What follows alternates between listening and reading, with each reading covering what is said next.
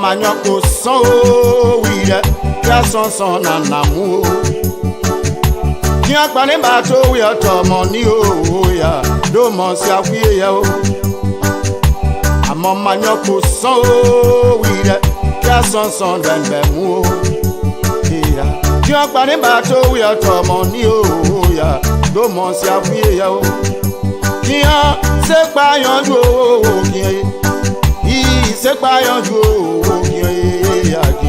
Sapayanju ka o kiyan ma si apayanju ju o so si olele ya si olele o ya si olele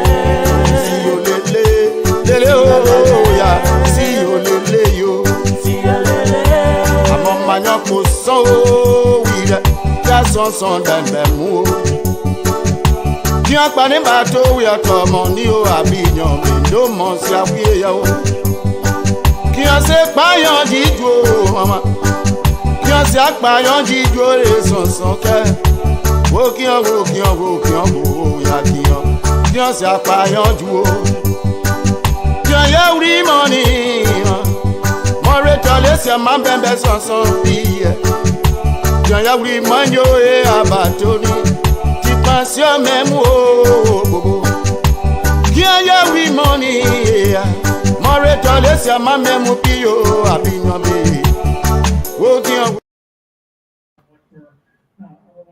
Hello, ladies and gentlemen, and welcome to yet another edition of Tough Talking Thursday on Focus on Liberia. My name is Dennis Jai, and we are broadcasting from Atlanta, Georgia. In tonight's edition of Tough Talking Thursday, we're going to be delving into current issues in Liberia and the runoff 2023 elections. On top of the current issues, we're going to be talking about the sentencing of the CEO of Spoon TV, Mr. Stanton Witherspoon. Our colleague Jerome Gilman was in the courthouse, and he is here with us tonight. I want to welcome all our viewers from across the globe. When it is Thursday, it's Tough Talking, and there is no room for Tabata. Let me welcome Dr. Abdullah Dukle, who's a panelist here. Dr. Dukle, the journalist, the professor, and the diplomat. Welcome, sir. Thank you, Dennis. Happy to be here. Thank you. Let me welcome Mr. Adman K. Salif as our governor's advisor. He's in the house tonight. Dr. Salif, no, soon to be, maybe. Don't get me in trouble. Mr. Salif, welcome to the show. Thank you, Dennis. Happy to be here always. Let's do it. Let me welcome another diplomat, that's the former Consul General, Republic of Liberia, Honorable William Gadier Greaves. Welcome, sir. Thank you, Dennis. Good to be here again. Yeah. Let me welcome Mr. Calebo Gonglo, the guy who eats, sleep, and drinks statistics. Mr. Gonglo, welcome to the show. My pleasure. Thank you, Dennis. We here to just listen to Jerusalem or that's all. Let me welcome Mr. Jerome Gilman. He's our host here on Point. He comes to you every Sunday at 4 p.m. Also, he's the unapologetic, unabashed citizen. Mr. Gilman, welcome to the show. Thank you very much. It's an honor to be here with all the great folks. Welcome, ladies and gentlemen. Share the show, invite someone, and we're going to be doing it. Well, some time ago, Mr. Stanton Witherspoon of Spoon TV was caught in the web of wire fraud. He pleaded guilty. Today was his sentencing.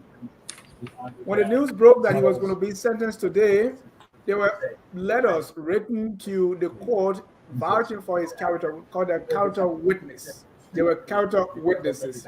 And those letters were very interesting.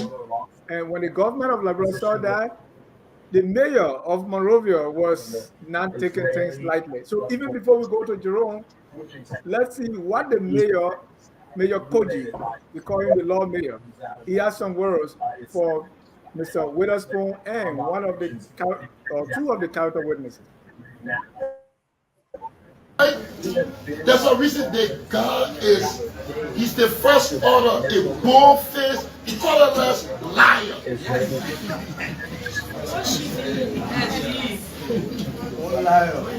That's exactly who he is. He's not a cook. You called George Patton. George Patton got recorded to come to Liberia. He failed to come and use his anger. He faced with his very terrible health situation. Stanton Witherspoon paid and used the man vulnerability. You see how that thing looking at? A former ambassador, we gave you our job. You go and write in defense of criminal. You embarrass our country. Yeah. The president have to know about George Patton. How many will record him? George Patton, that's how you reduce the Liberian government. As an ambassador, we require you to come home. There you have the mayor. Ambassador Patton was recorded. We gave him our job. That's just a teaser. We're going to go into it, but let me start with Mr. Jerome Gayman, who was in the courtroom today at the sentencing of Mr. Stanton Witherspoon. A lot of things have been said since that happened. So I want to give Mr. Gayman the floor to tell us, Mr. Gayman, you were in the courtroom. What happened? Thank you. As you can remember, last August 24th, Flag Day, we were summoned to Fort Lauderdale, the federal courthouse, where a sentencing hearing was held for Stanton Witherspoon and his co-conspirators or co-defendants. We went and we listened to the case, and the judge wanted to be clear whether these folks understood the gravity of the charges against them and for the responsibility that they ought to take. And they all agreed. There were two, Mr. Stanton Witherspoon and Mr. Benedict. He was a co-partner. And at first, according to the federal prosecutor, they were all charged, and these two decided to fight or debunk or to bunk the system or balk the system, as you call it in the South. They decided to fight the system. So some say it was a strategy to have the federal government shows his hands, and then you go and plead bargain. That was some folks saying that's what it was. And other folks are saying that's a very risky strategy because you are making the federal government mad, and those who plead guilty or ask for leniency through flipping themselves to testify against one another, they are the early bird. They come in, they plead bargain, and then they get the best deal out of the way. And what's left goes to those who want to fight the system. So on the 24th, Mr. Stanton Witherspoon and Brother Dan came to court, and this time they decided to withdraw their original plea, the not guilty plea, to guilty plea. So both of them pled guilty and threw themselves at the mercy of the court. And it was at that time that each were asked, do you understand the gravity of the charges against you and the years attached, the punitive years that are attached to these? And the judge wanted to hear from each of them on each of these counts. From Stanton Witherspoon, there were 27 counts. Do you understand these charges? Do you know what it means to be guilty of such and the corresponding years that goes along? And all of that, then the judge went into the mental capacity of these folks. And he wanted to know, Mr. Stanton Witherspoon, you are answering guilty, guilty, guilty, guilty to all of these do you understand the gravity? He said, yes. And the judge asked him his And that was the 24th. Yes, that was the 24th. Today now. Okay, let's fast forward to today. Yes, fast forward, the judge on the 24th set today's date as sentencing for both of them. So we got to the court this morning at 9:27. The judge walked into the court. Mr. Stanton Waterspoon and his entourage were in court. He came, he wore a blue suit, white shirt, open collar. He had about 10 people behind him, his entourage, the Fadika brothers, his wife, the mother-in-law, Pastor Collison, another Reverend they call Reverend Adamu. He spoke with some accent, maybe Nigeria or Ghana, I'm not sure. But all of these folks came as character witnesses to Mr. Stanton Witherspoon.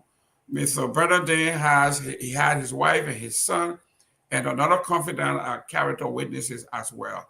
So the court was reasonably packed today. Beside me was Mr. Soul from Liberia Public Radio. He flew in from Providence, Rhode Island to cover the event. So we were all there together. Mr. Bernardine was the first. The judge called the case, the number, and his lawyer came. And the lawyer, both of them had two beautiful women representing them. And this first lady was so powerful in her presentation.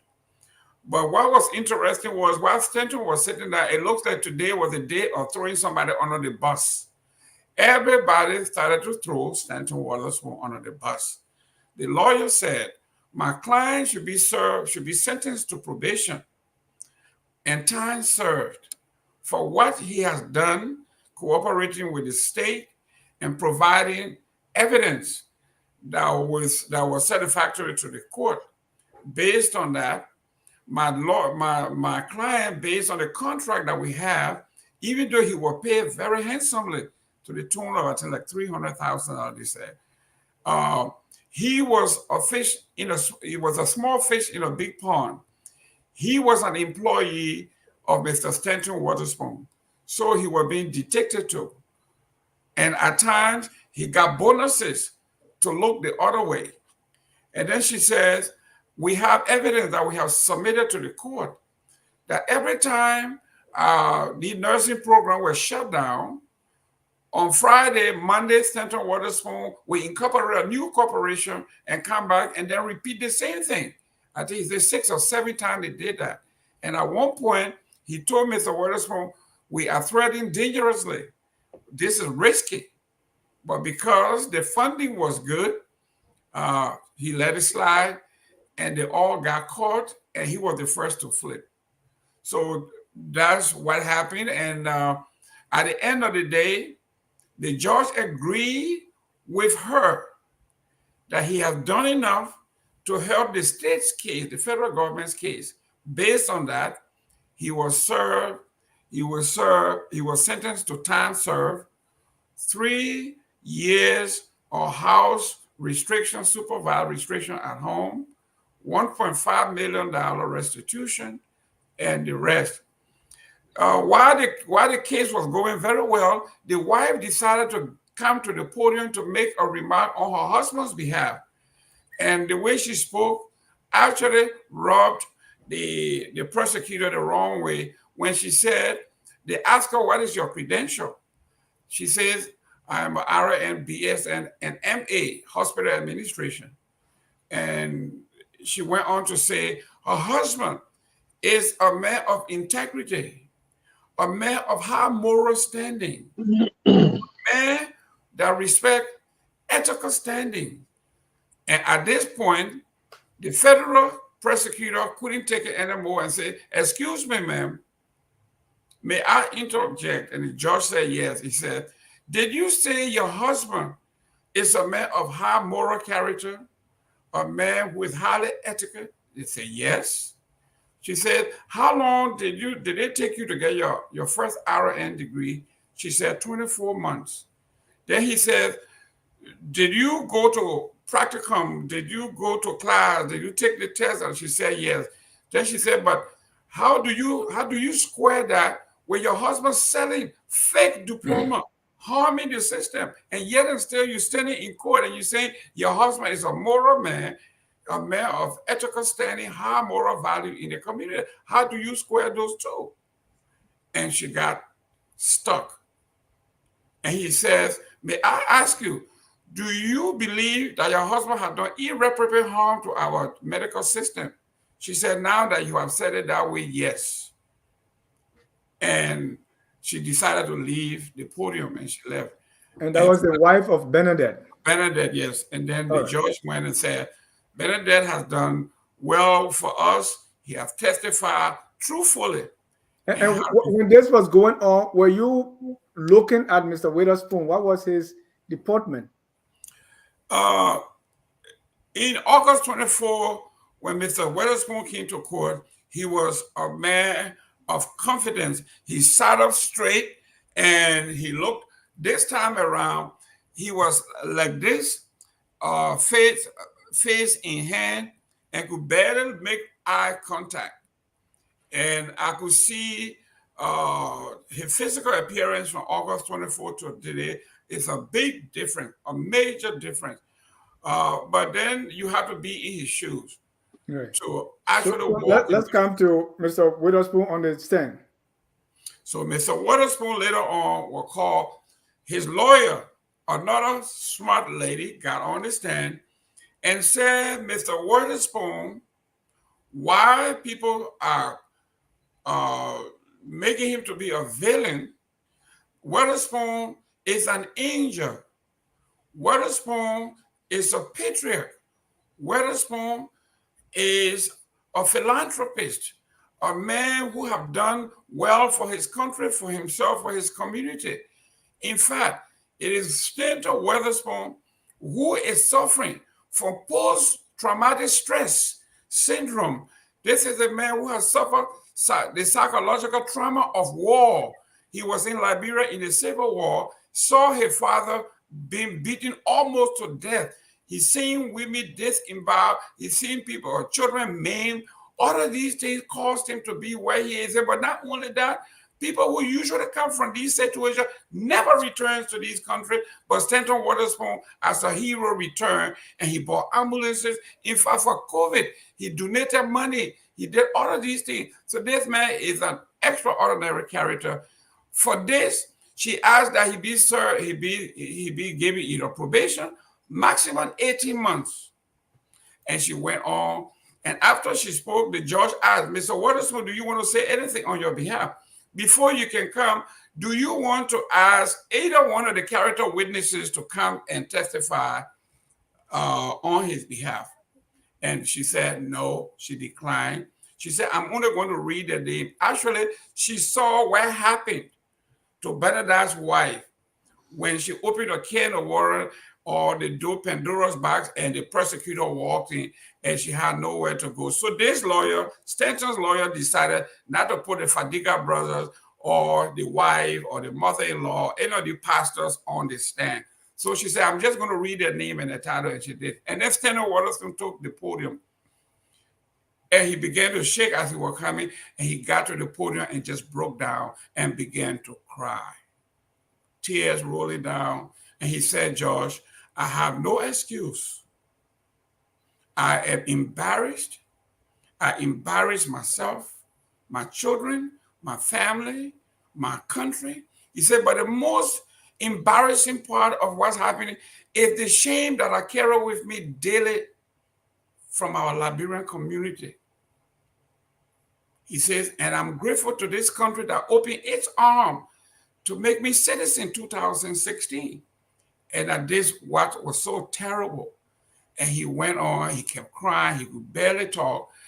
And after all of that,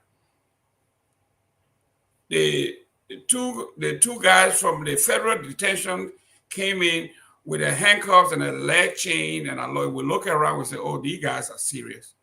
So the judge went and took out his file and took a while, went through the file and told his lawyer that even he, as a judge, has limits to what he can do. and that there are federal guidelines.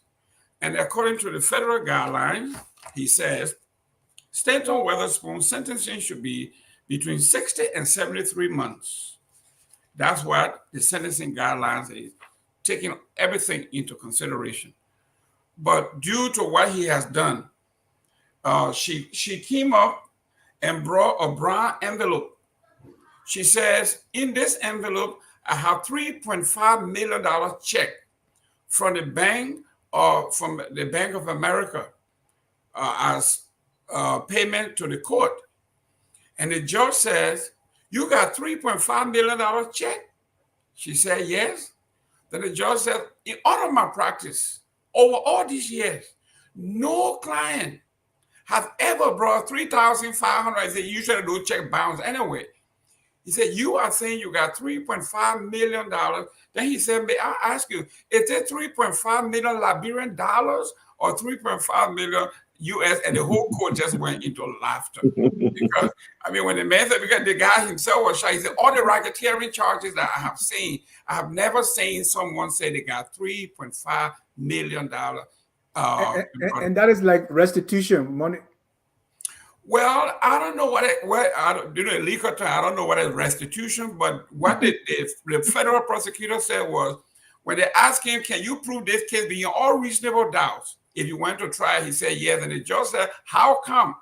Then he picked up the thick file and said, we have been following, the FBI have been following Mr. Stanton Watterson since January 2018.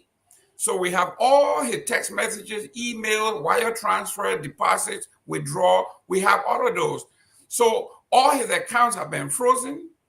So we want to gather the monies that they are talking about were not voluntarily given over, but they were monies that were frozen in different accounts that she says the check is good. She can vouch that the check is good. All they have to do is tie a few ends here from a different institution the money coming from. But we didn't see the check. Let's come to the sentence. So the judge says, with all this being said, Mr. Weatherspoon, you are sentenced to 41 months in federal penitentiary. After you have served your 41 months, you will serve an additional 3 years of home supervision. So you will be at home, you will report to your probation officer, they will check on you based on all of that. And then before they could take him away, the judge turned to the federal prosecutor and said, are you satisfied with the proceeding?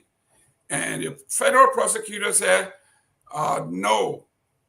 And they wanted to know why. He said every time they meet with Stanton Weatherspoon, they excavate additional information that may lead to even more charges against other players. So the judge asked him, so how long will you need for you to wrap this up? Then he says, maximum 90 days. He said, because whatever that they bring forward, not only are they have to disclose it, but they also have to be fact checks. For instance, if you came and say, I forgot to disclose that the home I sold to Dr. Duke is worth $1 million. They say, okay, fine, that's fine. Thank you for the information. But now we have to verify whether you sold this house to Dr. Duke and whether it is actually the going price and how you pay for it. So the prosecutor wanted 90 days. And within that 90 days, the judge says, to the satisfaction of the prosecutor, if they are satisfied within the 90 days, then you will begin to serve your 41 months. If they are not satisfied, that would be a violation of your plea bargain and we'll go back to status quo of the 27 counts, which is between 5 to 25 years. So the 41 months is just a bare minimum predicated on him being good and telling the federal government, because the federal government says all business interests, direct and indirect, including third parties, have to be, all information has to be revealed. So within the 3 months, within the 90 days, what exactly the prosecutors will be doing? They will be excavating, they will be asking, they will be digging, they will be looking for more. If there are more houses, there were more accounts, there were more investment out there, because they are saying all direct and indirect investment, business interests of all kinds, and they have to be full disclosure. If not, and the federal government has to do extra work, then that's a violation of your of the. Thank you. So the this is sentencing, to conclude, the sentencing is 41 months, which 41 is months. 3 years, some months. 5 months. 5 months. And after that, you 3 have years. 3 years of house arrest. That's correct. Kind of total of almost like 7 years of. That's correct. And not only that, but he has to report. The sentencing is done. He's not going to court anymore. January, he said, before noon, January 31st, he has to report to the penitentiary in New Jersey for the federal government to sentence him. The judge says he will recommend to the federal system that they have mercy on him and sentence him to New Jersey, where he will be close to the family. But the judge made it clear, this is beyond my jurisdiction. I can only make recommendations. The federal government does not have to take my recommendation. They decide where they send you. So, General, what was the mood of the courtroom? And what was, after the sentencing, how did you look at Mr. Witherspoon and members of his entourage? I saw disappointment. I think, and I may be wrong, they came in a little buoyant that maybe they will get 18 months or less, or even probation. And when the judge says the lowest I can go, according to the federal guideline, is 41 months, it just kind of took the air off the room. I don't know what they were thinking, but most people thought that they were going to either get clemency, pardon. And the judge made it clear too. There was one thing that he said: in the federal system, there is no parole system. So you are sentenced to 41 months, you are going to spend your 41 months. There is no parole. It's that such thing where you do 5 months and get out. You have to do the whole time. Thank you, Mr. Gilman. Thank you. That was Mr. Gilman, who was in the courtroom at the sentencing of Mr. Witherspoon. Let me go around the room. If you have anything, question or anything to say, let me start with Mr. Salif. I could see some law cases written, all over his face. Well, thank you, Mr. Gaiman. I think you did a brilliant job. Followed you when you were reporting from scene. There are a couple of things I want to lift here. Prosecutors have their strategies. First of all, that USC 1349 is one of 3 criminal statutes. That's the lower one, attempt. So like someone who attempted to defraud through wire fraud and things like that. A lot of things we take for granted in our community: email exchanges, phone calls, you negotiating, or you are doing illegal business on the internet on your phone. All of those are covered under that statute. So one trap, if we say in a Liberian way, that the prosecutor said, I think, and the judge allowed, was that excavation window, which you call the window of vulnerability. After sentencing to when the convicted and sentenced individual is supposed to report to the penitentiary to serve their time, that window, they allow for additional evidence gathering and investigation of other potential co-conspirators. That's when they watch this person very closely. They might want, maybe they have additional funds somewhere. Maybe they didn't disclose during the time the conditions of that plea bargain. Did they violate the conditions of the plea bargain? Do they have other actors that have not been disclosed? Does this person have money hidden somewhere? Are they making arrangements so that when they're away, other illegal activities, other criminalities could continue? All of those, if something new is uncovered, this scenario could change. Not that, the sentence that the judge has already pronounced would not be carried out, but there could be additional consequences for Mr. Witherspoon himself or for others who are involved in this. I think the judge was very lenient. I think some of these character witnesses, and this is common, right, in criminal cases, just like you have witness impact statements or witness impact testimonies during sentencing. So too, you can have character witnesses. Maybe this person was a good person or is a good person, has been like, you heard Mr. Gamer, has been good in the community. They may have just slipped and committed this one crime. Maybe they don't have other criminal history. Things like those that are called mitigating circumstances could come to play. So the sentencing guidelines, this is the very bottom, the very bare bone minimum that a judge allowed. So I think actually, in a way, they won in court. Otherwise, it could have been worse. Yeah. And so this 90-day window is really not a good thing per se. Not necessarily, but you don't know. It just seems to the ordinary person that this is good. It's going to be around. He'll be talking to the prosecutor. He can make phone calls, appear on Spoon Talk and things like that. That is a very dangerous window. Thank you. Dr. Du. And then question, comment? I think Mr. Gaiman did a very good job, man. The guy can talk. He can tell a story. You unmute yourself, Doc. I said the buzzer man with 5 pens and a microphone. Anyway, he did a good job. Yeah, I think I watched it this afternoon on my way back when he was talking about it, and he was talking about open shirts and all of that. I said, hey man, now you're talking about Samuel Doe now on this podcast. But anyway, I think it's a sad story. And I'm not going to the legalities, as Ahmed, he got those things under his bracket. But I think it's a very sad story, and it kind of reflects on us as a community. And he also kind of, there's a bad feeling about it. But then you say, okay, he committed a crime, admitted it, stood, trial, is going to pay for it somehow. So let's pray for him. And let's pray that he finds redemption and that other people don't fall into the same kind of trap for greed and, self-aggrandizement, that you don't have to do anything. You don't have to be what you are not, especially by stealing or lying or people selling fake certificate. But people who are like us who went to school, to sit down and write a dissertation, how many know what we're talking about? And I said, somebody will come through a back door in 2 weeks and say, yeah, you got a diploma. That's bad. It's disrespect to knowledge. It's disrespect to,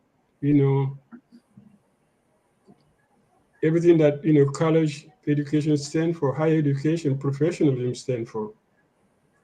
So when you play with that, you play with lives, you play with a lot of things. And I would not condone it. And I think, I'm glad he's got a good deal. He's going to, now he's between lawyers and prosecutors, and they're going to play the games and then see what they can do. But the fact that he owned to it and stood up his ground, and said, yes, I did it. I committed a crime and I'm ready to pay for it. Well, that's where we leave it. And we pray for him. Thank you. Mr. Gaiman, so what you've just reported, if somebody watching it wanted to verify this, where can they go? Would this be on the court website or somewhere? In fact, if you go on the case on the court's website now, they actually have the order to the penitentiary. They have that already. That he needs to report at this date and time. They have that already. But the full transcript of the proceeding, the clerk of court said will be ready on the website in 24 to 48 hours. But the order to the penitentiary is already out. It's public record. Yes. Andrew Greaves. Yeah. Thanks again, Mr. Gaiman. That was succinct, the way you put it. I have tried reading through the different social media writers on this individual. I was not previously in the full view of exactly what was committed and what the whole case was about. Although we have reached the state now that I think I've gotten a little bit of information on this, and to the addition you just shared with us that was done so succinctly, like I said, I give me a very clear mind on. There's no way about this. I think he's a criminal. I'm very reticent in accusing people. I'm always alleged allegations and what have you. I'm very careful how I go when it comes to the criminal matters or accusations about individuals. But this one is clear. He has been sentenced. He has accepted. He participated in the whole process. What I think now is the crucial point beyond all points is the 90-day period. I think, as it is, it might not be too good for him. Maybe he thought he would have gotten away with something lesser or what have you. But this is more dangerous right now and is more critical in the fact that I think he protested too loudly. When you're doing plea bargaining, you don't say much. You only go with your lawyer. You allow your lawyer to do all the talking for you, and you don't show up too much. You don't show up anything. So one of the points I got in hook, if I heard you clearly, the 3.5 million check that was disclosed in the court, that was a big problem, a serious problem. Now there's going to be additional investigations in the 90-day period. They're going to trace that 3.5 million. They're going to find all the other holes because now the prosecutors are like, wow, did we miss something? We thought we had this guy. We thought we had all the information. We thought we knew everything. The case was tight. Now his wife just came and put up a 3.5 million. So there's something we don't know. We have to go back and do an extensive check, real check down to check on that plus so many other things. So potentially there could be other things to this case. This case is not over yet, and it's not a final. He's been sentenced, yes, but what I'm reading, what I'm hearing, it's a big problem for him. And we have to hold our nation, our country at stake because this guy, yes, I feel for him. He's a family man. I mean, I know exactly what he's going on. I empathize with his situation, but also this was somebody who was very vociferous on the airwaves, accusing other people who he didn't even have the facts about. And that's what I always said. Look, we have to be very careful how we run up allegations against our compatriots and fellow citizens, because you never know what would be the outcome. Today, those words that he was sending out today, he's now eating those words. He's now bearing the burden of those words or accusations. The attitude he brought, he didn't have the moral compass. He didn't have the moral rectitude to call other people. I accused them publicly. And he was very defiant as well and boisterous. So what can I say? Sorry, but a man reap what he sowed. So that's it. Thank you. Let me go to the Map Genius project guy, Mr. Gonglo. Well, I can't say much on this matter tonight. I can simply ask some questions. Yeah, sure. So maybe Ahmed may have to throw light to some of my doubts. My first inquiry would be maybe to Mr. Gilman, who was in the court. I don't know if you can answer this.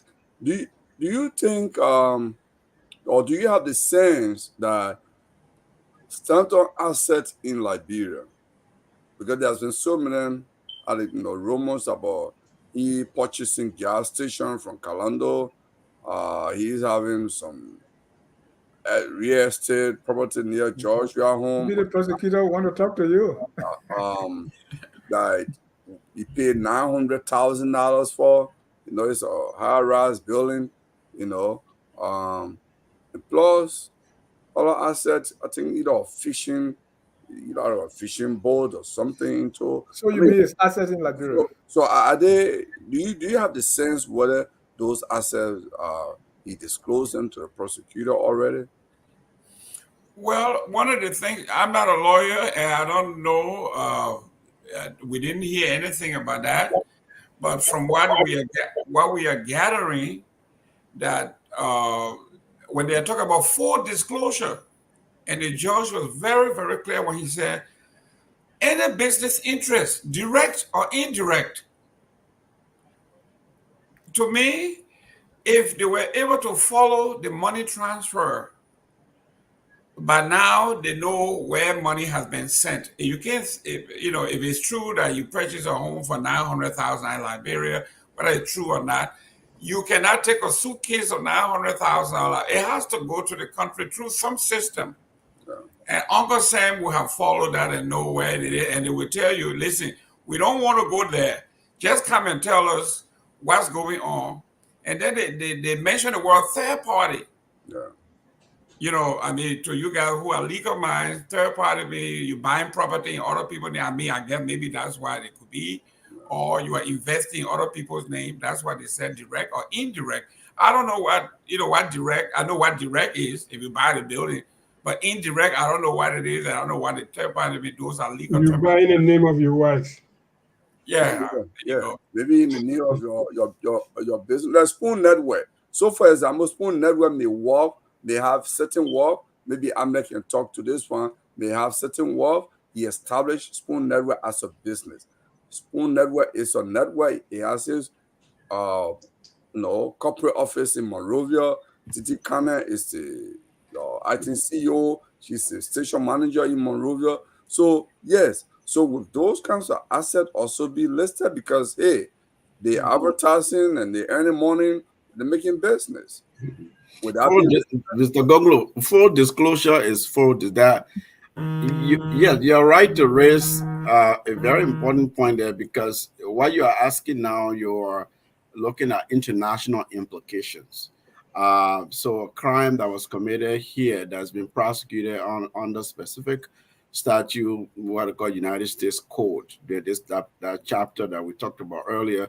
Now you're asking questions like, oh, does he have co-conspirators in other countries, or does he have business partners in other countries? Does he have going concerns like businesses in his name in other countries? Does he have investment in other places? So part of that plea bargain would have been full disclosure, whether in the United States or anywhere else around the world. Now, how do they repatriate some of the funds or some of the assets that will be seized will become property of the U.S. government? The U.S. government does have diplomatic relations with Liberia. They do have an embassy in Liberia. And let me tell you, the U.S. government in Liberia, they engage in things like auction. There are people who, for example, there was a case, a USAID employee, as we read, a senior person in Sierra Leone, who was divesting money, redirecting basically to his own interests and things like that.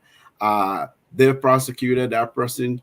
That person was in prison. They imprisoned that person. They cooperated with the Sierra Leonean government, as I understood, they cooperated with the U.S. government. They confiscated property in that country that were locally owned by that individual, and it became property of the U.S. government. So, my honorable agrees is a diplomat. There are diplomatic means. All U.S. embassies, U.S. consulates have legal people. They have political and economic people. They have those who are responsible to look into matters like those federal crimes committed by a U.S. citizen in the United States that have implications to diplomatic relations or in other countries. So, from your point, if you didn't disclose, if you failed to disclose, perhaps that would be a violation of that plea bargain that he had entered, and that could have consequences. That's why this window of vulnerability they granted is very dangerous for someone who doesn't understand it.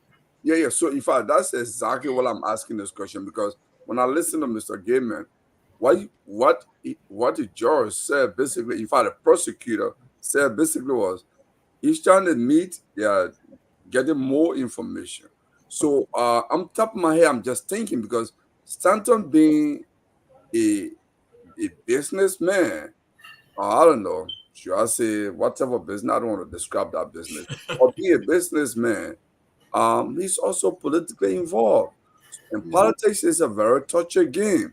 So there may be Liberians, maybe, I don't know, passing, maybe already sending information to the prosecutor about him in Liberia, and they are maybe asking him direct question on those. If he's not disclosing, I mean, maybe that could be part of the thing prosecutors say, hey, each time we meet, we are getting more discovery, you know. So it's creating, you know, like a growing concern that, you know, probably we need to dig and dig further. We might get more, you know. You know, if I'm I may add something here, I don't know, maybe, you know, Liberia is considered a fiscal paradise.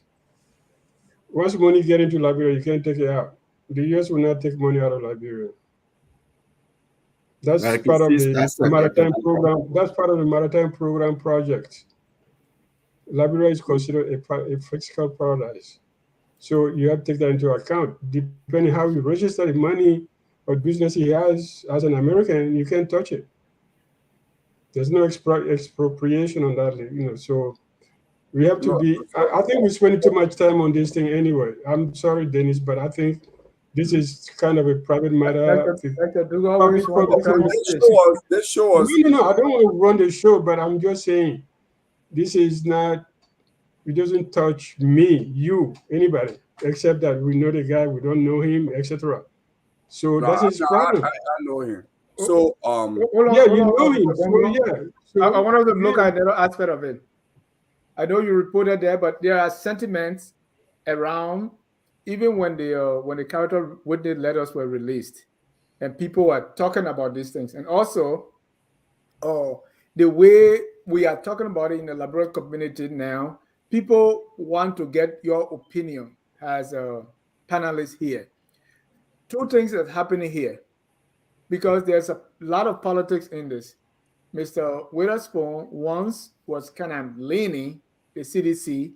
At that time, you know, whatever he did, I saw people in the opposition, they would dress him or put CDC beret.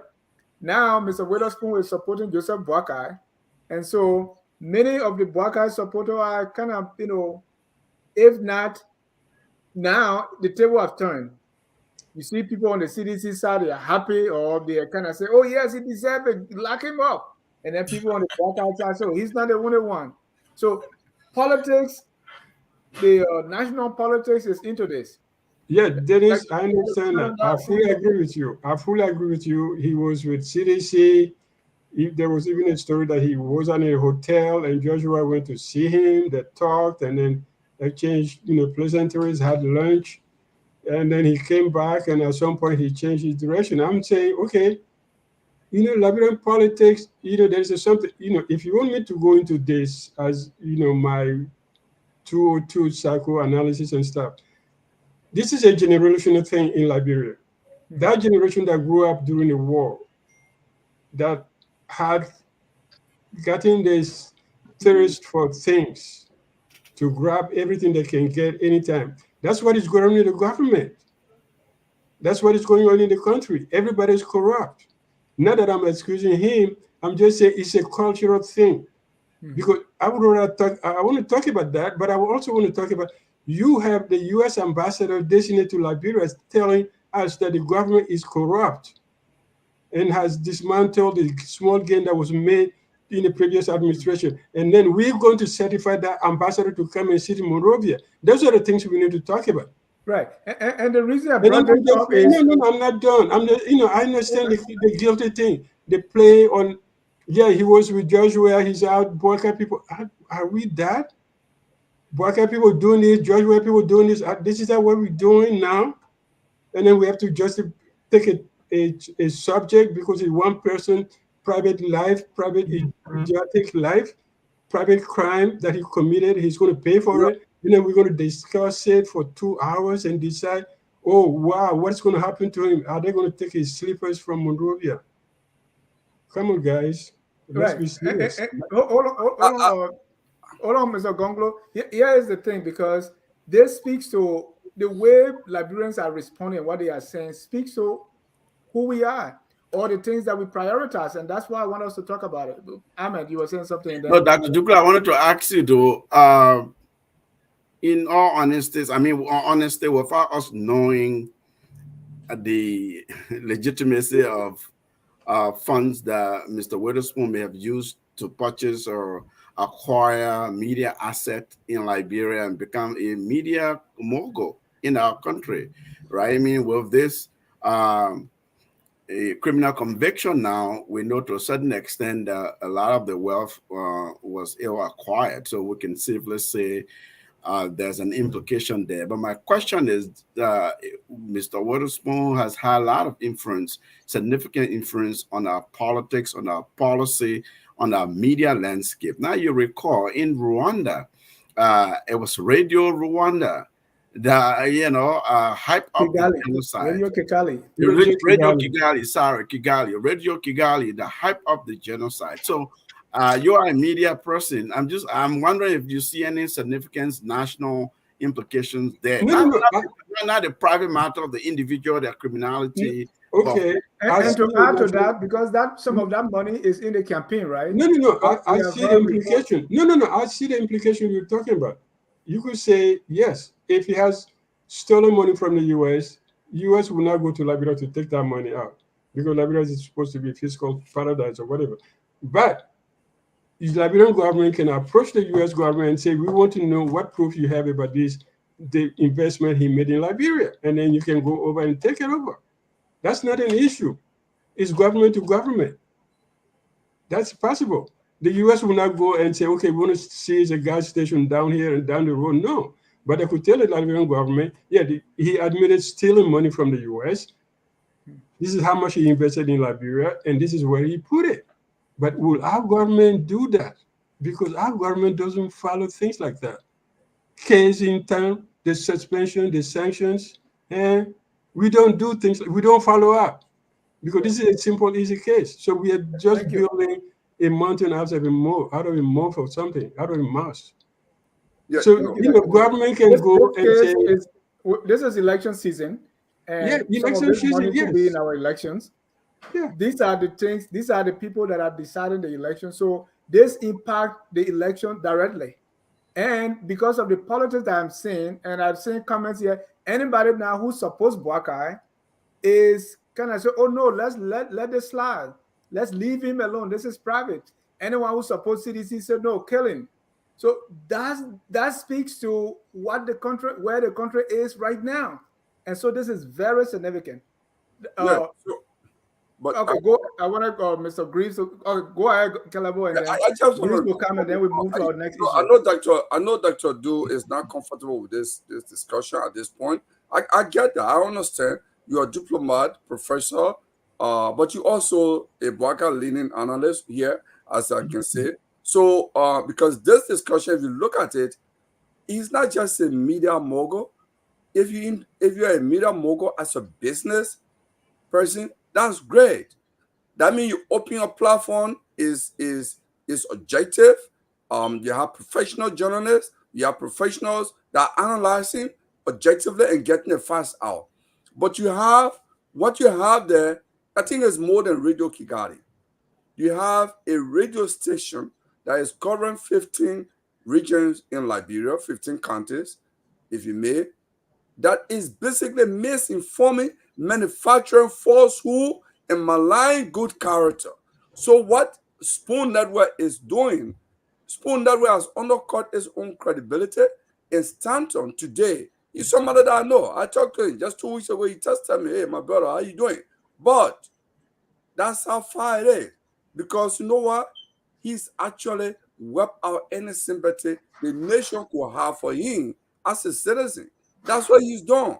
He has character on his network, like Fagon, like Fadiga, people who have played all sides in the politics. We're just discussing a fortnight ago here that these were flip-floppers in Liberian politics. They go anywhere, wherever. We talk about it just few nights ago here. So can I say something to respect you for my name? In our politics, like Dr. Du is talking about, in fact, at this point, I thought by this time, in terms of character, Ambassador Boakai will establish his credential and credibility on this matter by returning all the money Stanton gave him. He hasn't done that. Okay, can I respond just 10 seconds before you go to Mr. Greaves? I know he's Mr. Cleveland Gongo, I never call you supporter, partisan of Tiawan Gongo. You just call me partisan analyst for Boakai. Leaning. No. You just said it. I had never called you. I never called you. No. Listen to me. I listen to you, young man. I have never called you supporter of Gongolo. Never. You don't do that to people when they respect you. All right. You don't assign colors to them without them telling you. You don't know me. You don't play with my name, sir. I never call you supporter of Gongolo. I never said the Gongolo family, was as part of the UP government as anybody at the 3 levels. Never said that to you. Well, you said that to me before. You said, No, I never said it. No, I never said it. You said you serve in the government. No, I never said it. I said you were in the government. I never said the 3 of you were in the government at the highest level. I never said it. I know what I said. I said you were in the government. And I said Tiawan was part of the first delegation that came to New York to renegotiate Firestone. I was there. I saw him. I didn't go to the meetings. But Tiawan was part of the delegation that came to negotiate. Ellen said, I want a new set of concession agreement. And she sent 5 ministers. Tiawan was representing the Minister of Justice. He was here in New York for a week. But they were lodged by, guess who? Please, come on. Don't attach colors to me. No, say, because I know the story you're talking about. All right, let's move on. Mr. Congo has retracted his statement. What did they do? They left him out because the guy said with his presence they could not do anything in New York, so they left him out. Mr. Gongolo, let's move on. Mr. Honorable Greaves. If you want to talk about Councilor Gongolo credential, he has an established credential that you can't. I know that. You don't have to tell me. He's my lawyer. No, but you mentioned it, you are saying who lodged. I'm just saying he was there. Yes, he was there. That day we were talking about concession agreement. I remember that day we were talking about concession agreements, and I said to you, your brother was part of that delegation that went to renegotiate Firestone, and that was the first concession agreement to renegotiate. You're going to talk about know the story. In that room, thank you, Mr. Gongolo. Let's move on to Honorable Greaves. Are we here for? You're not going to put me against Gongolo because I've known him long time. So you're not going to do that. And let's move on, gentlemen. Honorable Greaves, you get a last word on this topic. On this matter. Honorable Greaves, hold on, Calabo. Let Greaves go. You get a last word, then we'll move to our second on the endorsements. Honorable Greaves, your last word on the Stanton issue. To begin with, I would first like to thank you, Dennis, for introducing this topic, this particular topic on this individual. It is very crucial to our society. It's very crucial to our national interest and security. It is very crucial to our body politics. Liberia has come a long way, as we all know. We have fought through it. We have done a lot to be where we are, but we can easily be derailed. We can easily revert back to those dark days. And it's important, it's incumbent on us to know those people who are the major players, who have the big platforms, who are influencing our political discourse, especially at this time when we are on our own trying to conduct free and fair elections with all the help and assistance of international partners. Yes, they are there as observers and monitors, but we have individuals. I do not know this brother. I do not know this man. I've never followed him. I don't know his political background. I didn't know he was with CDC and now with UP or whichever group he was with. I have done my own due diligence and such because I'm very reticent when it comes to accusing people on corruption things, criminal charges and all of that. I'm very reticent. I like to know the facts. And I have come to the facts to know this brother is a fraud. He's a criminal. And to having it hurt me when these were the people who were at the center stage of our body politics, dictating of how our future should be in Liberia. The young ones. He had a big platform. He was powerful. He contributed financially to political camps. And they should come up now and speak. They should be ashamed of themselves for associating themselves with him, knowing the longevity of time frame of when this whole case was open and how long it has come. And it was still in close contact with him. Have they disavowed him? No. And he was not only just playing up, he was the king's man. He was leading the discourse. He was accusing people even currently of facts. And some of the utterances from this brother, as I listened, I just went back and started searching, very detrimental to the peace and security and stability of our country. So this is crucial. This is critical. We do not just need people. We just need to prioritize competence, but we also need to prioritize a character and integrity to lead us through. And I always say this: opposition, you are an affirmative alternative. You are to make better, and it behooves me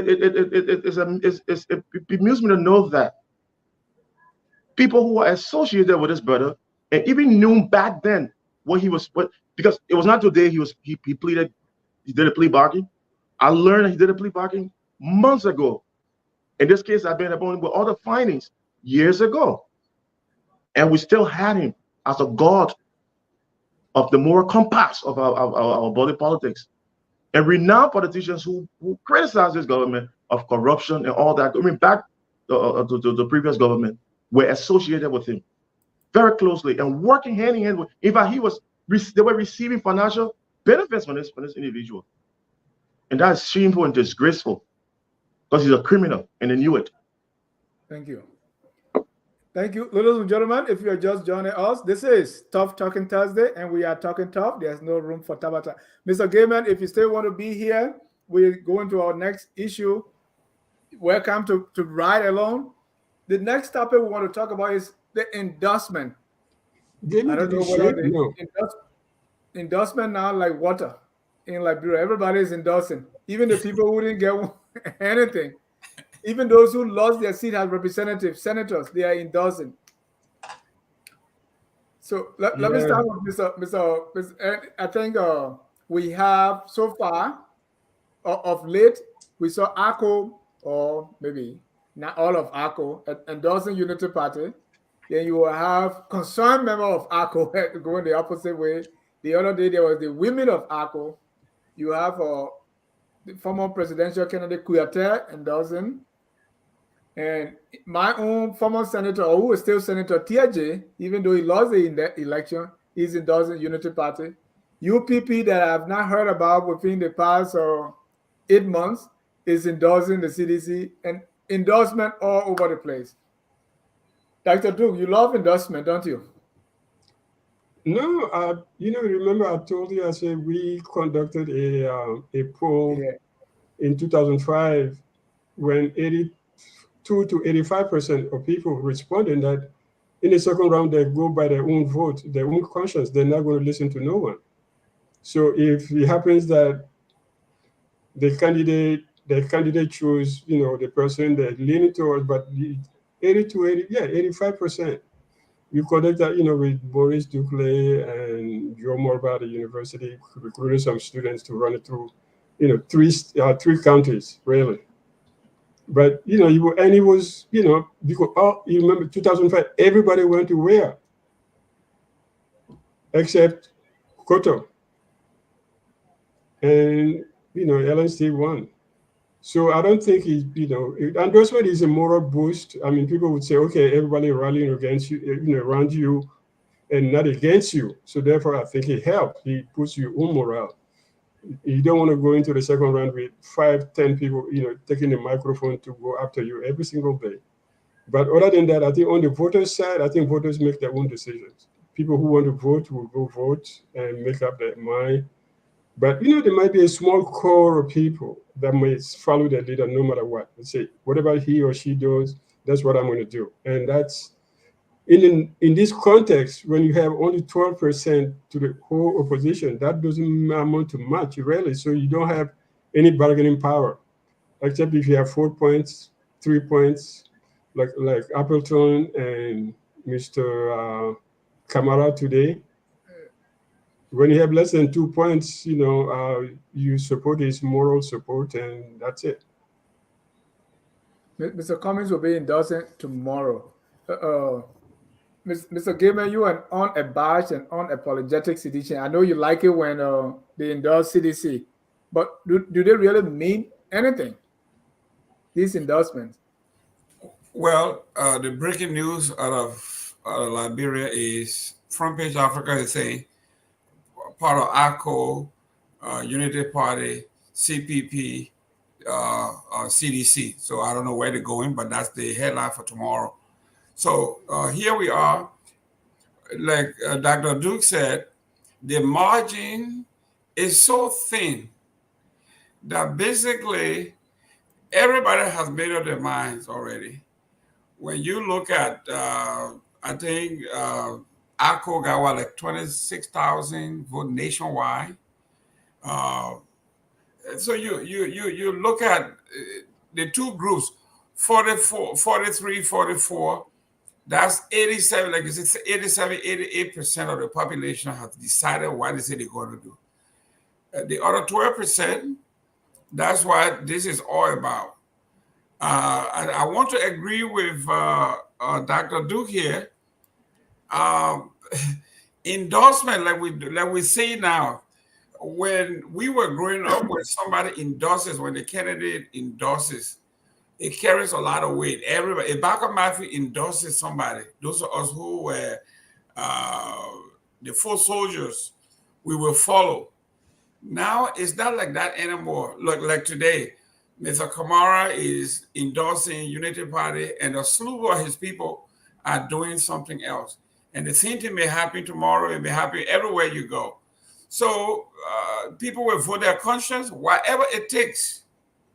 That's what they would be doing. Kissing baby, flipping pancakes, and doing all of those things. Anything that will put one vote in your column, because like those who live in Minnesota, the mayoral election, I think a mayoral election in Minnesota was decided by one vote, one single vote.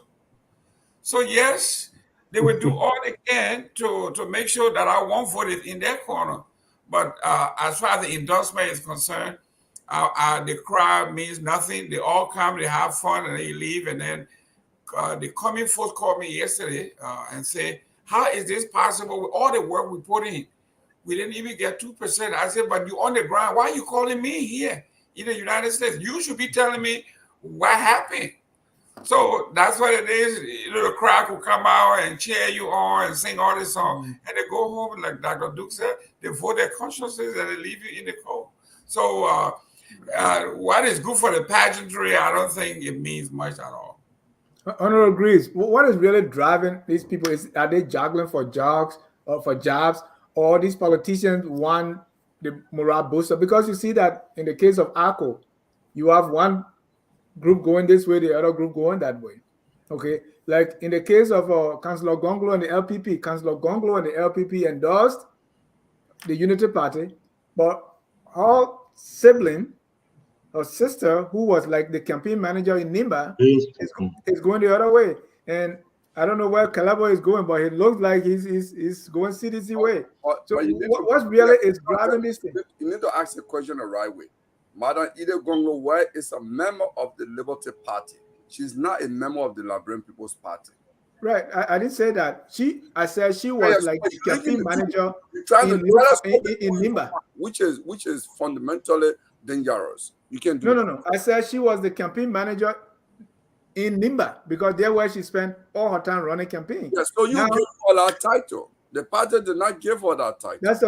Yeah, I gave her that because that's what she was doing. So say Dennis, say I'm calling her the campaign manager. The de facto campaign manager in Nimba County. I don't. No, there was a campaign manager there. The party chair of the country. Because she was running the campaign. Now she's back in Nimba and running the opposite way, right? So what really is driving these endorsements to you, Ms. Honorable Graves? From my perspectives, what I analyzed was that the first round was a very tense one, neck to neck, as we all saw it.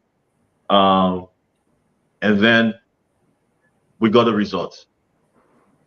And it seemed to me that the opposition political parties or the conglomeration of opposition political parties, I started to experience some You know, there's no conglomeration of opposition political parties, right? They are all as a individual coalition on parties. the UP. The UP has a coalition. Okay, so you mean coalition? Yeah, coalition, conglomeration. They all have to come Well, together it looks on the because nomenclature. On the it nomenclature, appears that all the political parties, all the opposition political parties, have joined into one. no, when That's I how say it appears like when you said it. okay, I was using the nomenclature. I was Okay, coming. go The ahead. nomenclature. The nomenclature is coalition, but conglomeration of political parties will have to come together to form that coalition. So I'm making reference specifically to that Okay. coalition. Yeah. Okay.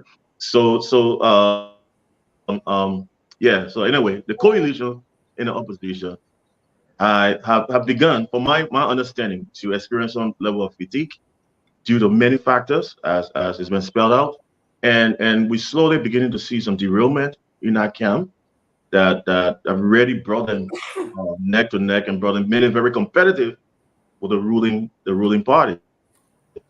For instance, you have a very loud voice. Sometimes he's out of place, but however, we will not come and deal with character right now. The Yeke Koluba, who is one of the strong force of the opposition camp, who have declared, as I was watching, going through and searching, that he is not going to be involved this time, this second round, the runoff with the Unity Party or the opposition group. He's going to take off. I think that he started taking off yesterday for Ghana, and he's only going to fly on the 14th to vote, and he will vote for UP. So what does that say? Like previously, Dr. Douglas spelled it out right. If you don't endorse any political party, means automatically an endorsement for the ruling party. So that's one of the confusion within the camp. And he has some very pleasant words. I mean, being very sarcastic for the leader of the leader of no, it is comics. It is an comics exactly. Mhm. So looking at that and looking at all of the endorsement on the part of it, the ruling party, you can see you can begin to see a little uphill from the momentum and the uplifting movements and the livelihood to bring.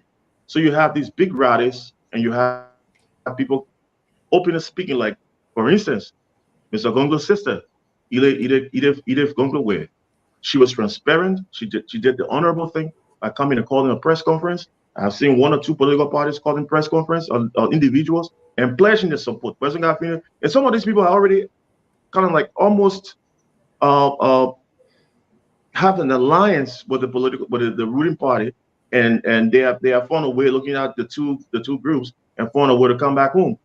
We also have the situation with um, the confusion which could lead to a complete breakdown within the opposition coalition groups, where people are being very disenchanted and they are coming out disenfranchised and they are coming out publicly to make it known to the public of the kind of inhumane treatment they're receiving from the hierarchies.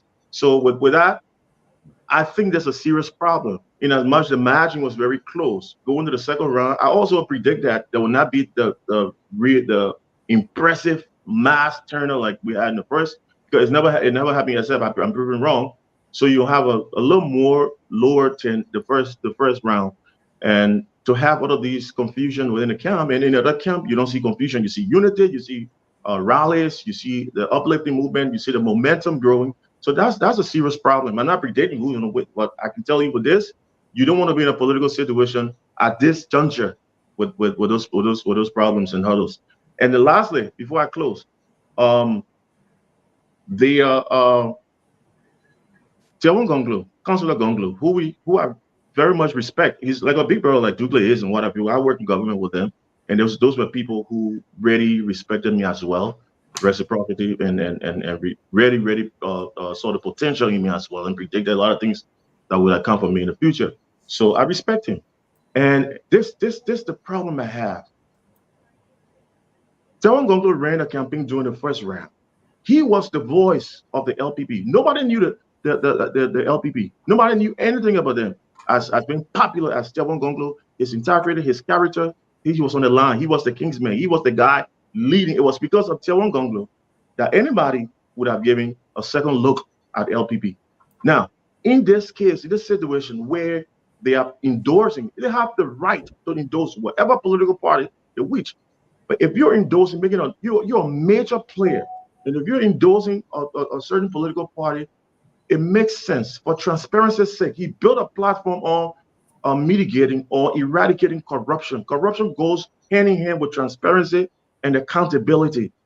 He should be the person on the podium. He should declare to the Liberian board and justify the decision of his endorsement. What's the alignment between the UB party and his? What's the difference between the CDC and his? Why did he do back deals or what? Because now it leads to a lot of speculations, and a lot of his integrity now is going to be on the line.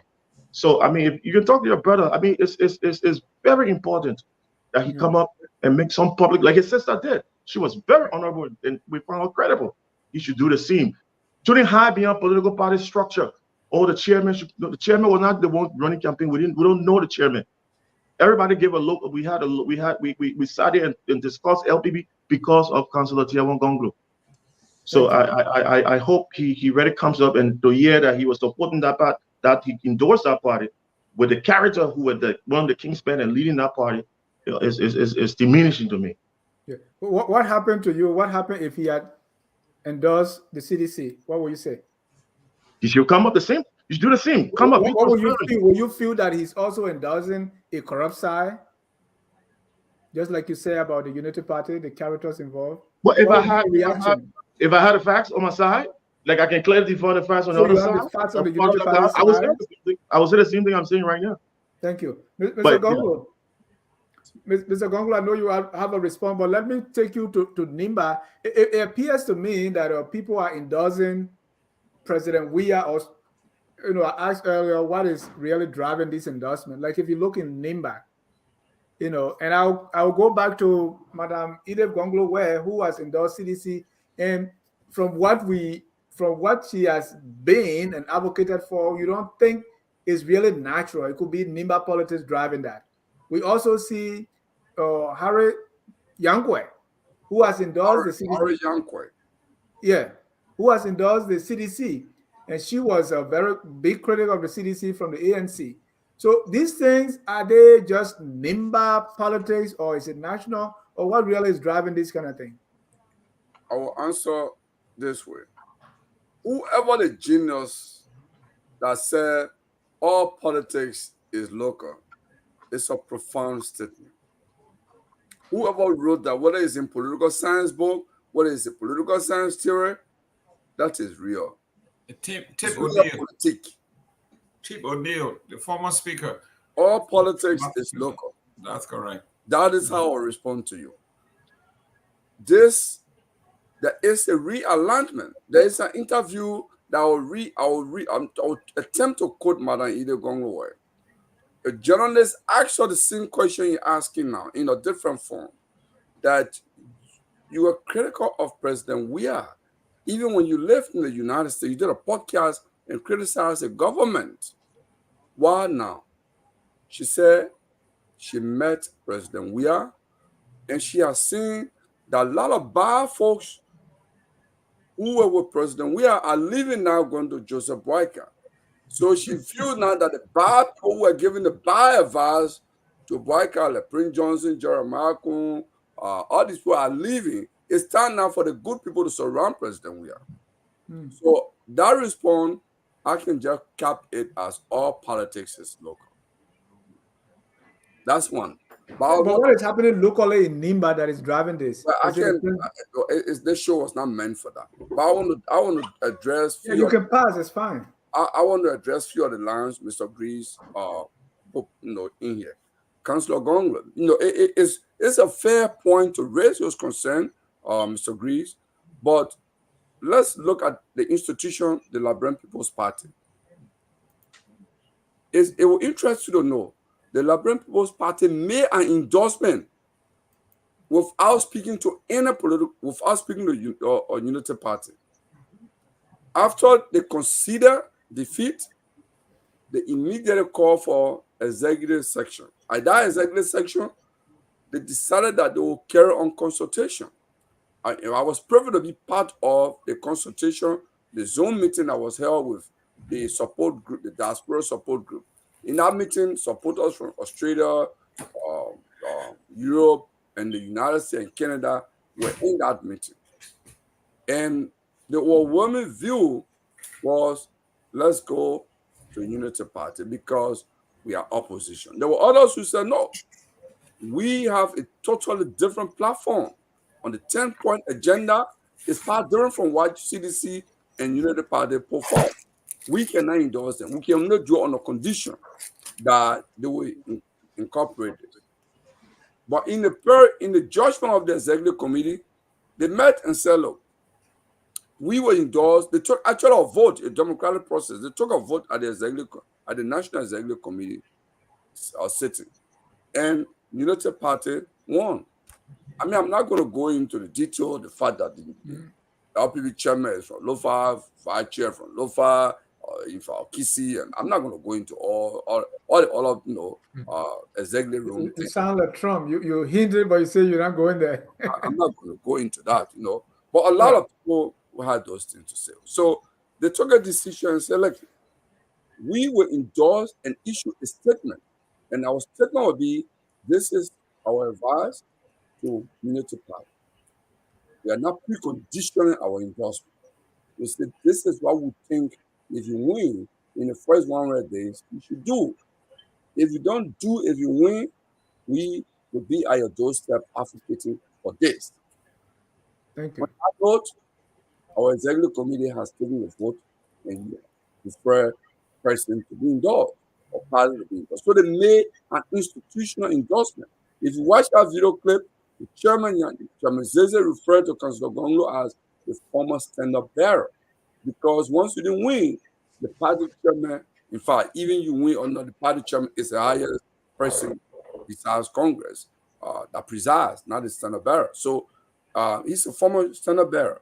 So the party chairman is now conducting affairs of the party. So if you're looking more from him, we don't have something, a political leader in LPP. No, we don't have that.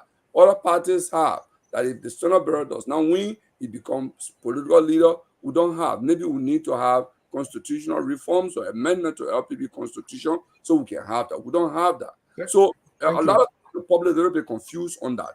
So Councillor Gongwe is a former stand-up bearer. Now everything rests with Chairman Zeze as chair of the National Executive Committee. Not Thank you. Mr. Salil, I want us to move on to take it a step further. Do you see these candidates, the two parties, running campaign, or they just doing endorsement and endorsement? I don't, sitting from where I sit, I don't see them actually going after they get out to vote or going after the vote. It's like it's a competition for endorsement, or is it these endorsee, if I will put it, if that's any word, that are really doing this to push them in their directions and say, hey, am I? Or really are they just focusing on the endorsement and not really doing what they're supposed to do? Because the first round just got over, right? So you should be able to assess and see where you need to put more strength, what you need to do differently. Do you see them doing that?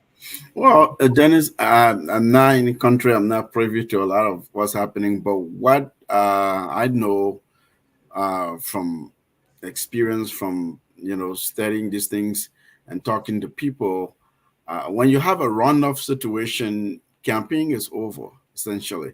What remains to be done is GOTV, get out the vote, your grand game, strategy for how to maximize your support base among the tiny fringe on the fence, or those undecided, those who voted for, who got a 1%, who got a less than 1%, because these two candidates that were the two top vote getters have their base. You have your base, the other person has their base. I always say here, in campaign studies, they will tell you have the sins and the sinners. Sins are those who will vote for the candidate, no matter how terrible they are, even if they were convicted of something and sentenced today. Once they're in the politics, see Donald Trump here. There are people who will not go away from. So you have those. And then you have those who will never vote for you. I don't care how much you try to bribe them or so. What you do is try to influence reducing your opponent's numbers and increasing yours by peeling off the undecided and that tiny fringe to get to your win number. The way you do that is to be smart and strategic. Deploy your ground game because people are exhausted. Let's be honest. That's why you see even the candidate mostly hanging around Monrovia, receiving endorsements, visitation, receiving visits, and those kinds of activities. Why aren't they around the country and crisscrossing the country if that's what I was desirable to do? But that's not how you win a runoff election. You win a runoff election by deploying people around the country to go door to door, make the case that look, this runoff is critical. Anyone can win it. We have a better message for you. We have a better vision for the country. Make that case. Of course, endorsements is sort of a validation, moral validation, and also a declaration of a particular endorsee's endorsers' position to say, well, yes, I had a different platform than Boakai, than George Weah, President Weah, but I see President Weah or Boakai, closer to my position, or at least I'm able to influence them to adapt some of my ideas, or I see them forming a better government. If you are a major political player in a country, we expect you to make such a political statement, even without making a statement. Once you take a stance, you align or you endorse, we know where you stand politically, where you stand on the issues, where you stand for the direction of the country. So endorsements, in short, endorsements serve all kinds of different purposes. You just have to read the tea leaves very closely. Thank you. Dr. Duke, so do we see the NEC, I know there were some things that we look at in the first round that we say, well, maybe this might have not gone well. Do you see the NEC prepared now, to kind of make those things better? Well, one thing for sure, they don't have to deal with, 200,000 candidates. They only have two. Yeah, they only have two candidates. So the voter education should be very easy. I think I've seen sample ballots on, circulating, and I think the mistake in the first round of 115,000 votes, which is almost like a whole county, more than a county, and that was bad. So if we're going to repeat that score, then we have democracy is in trouble. But I think it was lack of voter education, because nobody had seen a sample ballot before it came out, before going to the voting booth. So in a society like that, where we're talking about literacy rates so high, people just that's what it way to this theory about Appleton, that people just came in and say, okay, for president I vote for number one, and then they go look for the representative picture and they vote for him or her, and then look for the senator and vote for him or her, and then go on.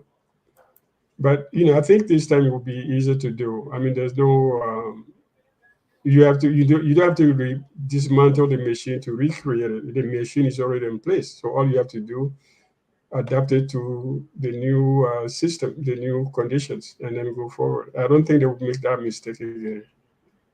And what do you think?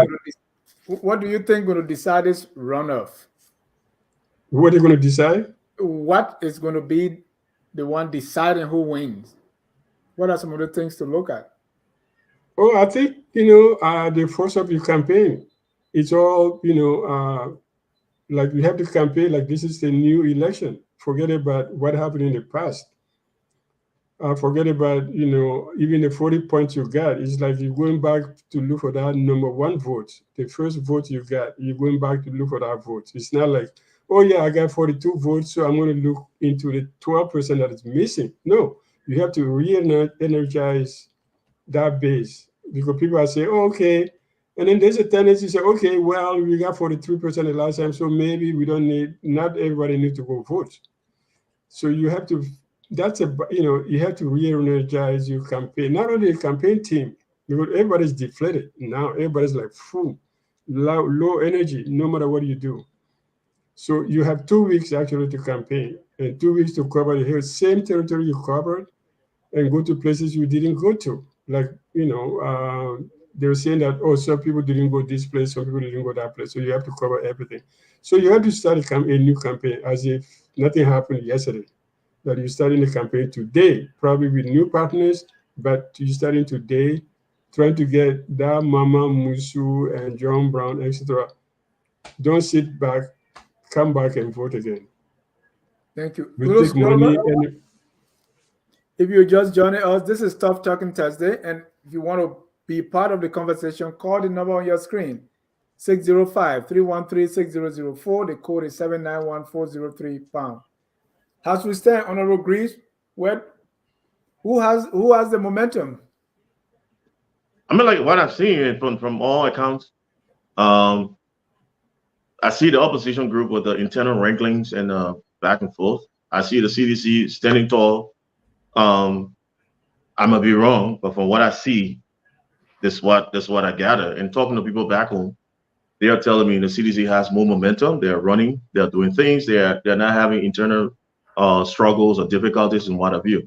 I've heard, like, one of the names I just mentioned, Honorable the Representative Yeke Koluba. I heard him venting his disagreement, and I heard some other deputy campaign manager for Maserado. I think he's campaigning for Unity Party as we speak now, from what I gather. He said he was not. He said he was not going to campaign. He's back. He's back into the campaign. I think he's so even yes, he's back. But the optics, that's the show. Especially at this critical juncture, there's no time for the internal wrangling. What have you? How invested he's really going to be in the process. So those are some of the things we're looking at. I capture. I have not fast tracked to see. I thought he had left already. However, the NEC has done incredible work. They were very impressive. The round one, and they have declared to the public that they have everything, financial, logistics, everything to go for the runoff, and the government has provided everything. So there should be no problems or what have you. Now, rejected ballots and what have you in big countries, even the United States of America, the rate even the last election was very high. And Liberia, that just struck me on its own for the very first time. I think it was impressive what we did. And I have all faith in the process. Whether the opposition wins, the ruling party goes back, I have all faith in NEC that they will be able to live up to the task. And that's it. The momentum is there. People are running around. People are talking. I saw this guy, Heron Costa, and the ALP, Bernard Uri. They had another rally as well. So those are things I'm collecting and talking to other people as well. So I can just draw from those conclusions and facts. There's no time for internal rankings and no time for morphing or derailing the process. It's time to be unified and work. So if you don't get it, like Salif just said, this is the time that you need the name recognition, and the followers will come, because you want to get out the votes. How you get out the votes? You call those big names. Ile Gonglo Ware. You call in names like Person God Finley in Bassa. You saw the marching. You saw the marching in other places. Prince Johnson is a heavyweight, heavy force in Nima. But then what happened? Some of the other Kingsmen in the same place now have the clear will to go with other. So that's it might be even, but it's gonna put the number up. And the democracy is a number game. So democracy is strong in Liberia. We are on the path, and we're moving. We're not turning back. Mr. Bill, as a professor of communication, may I ask you a question, Mr.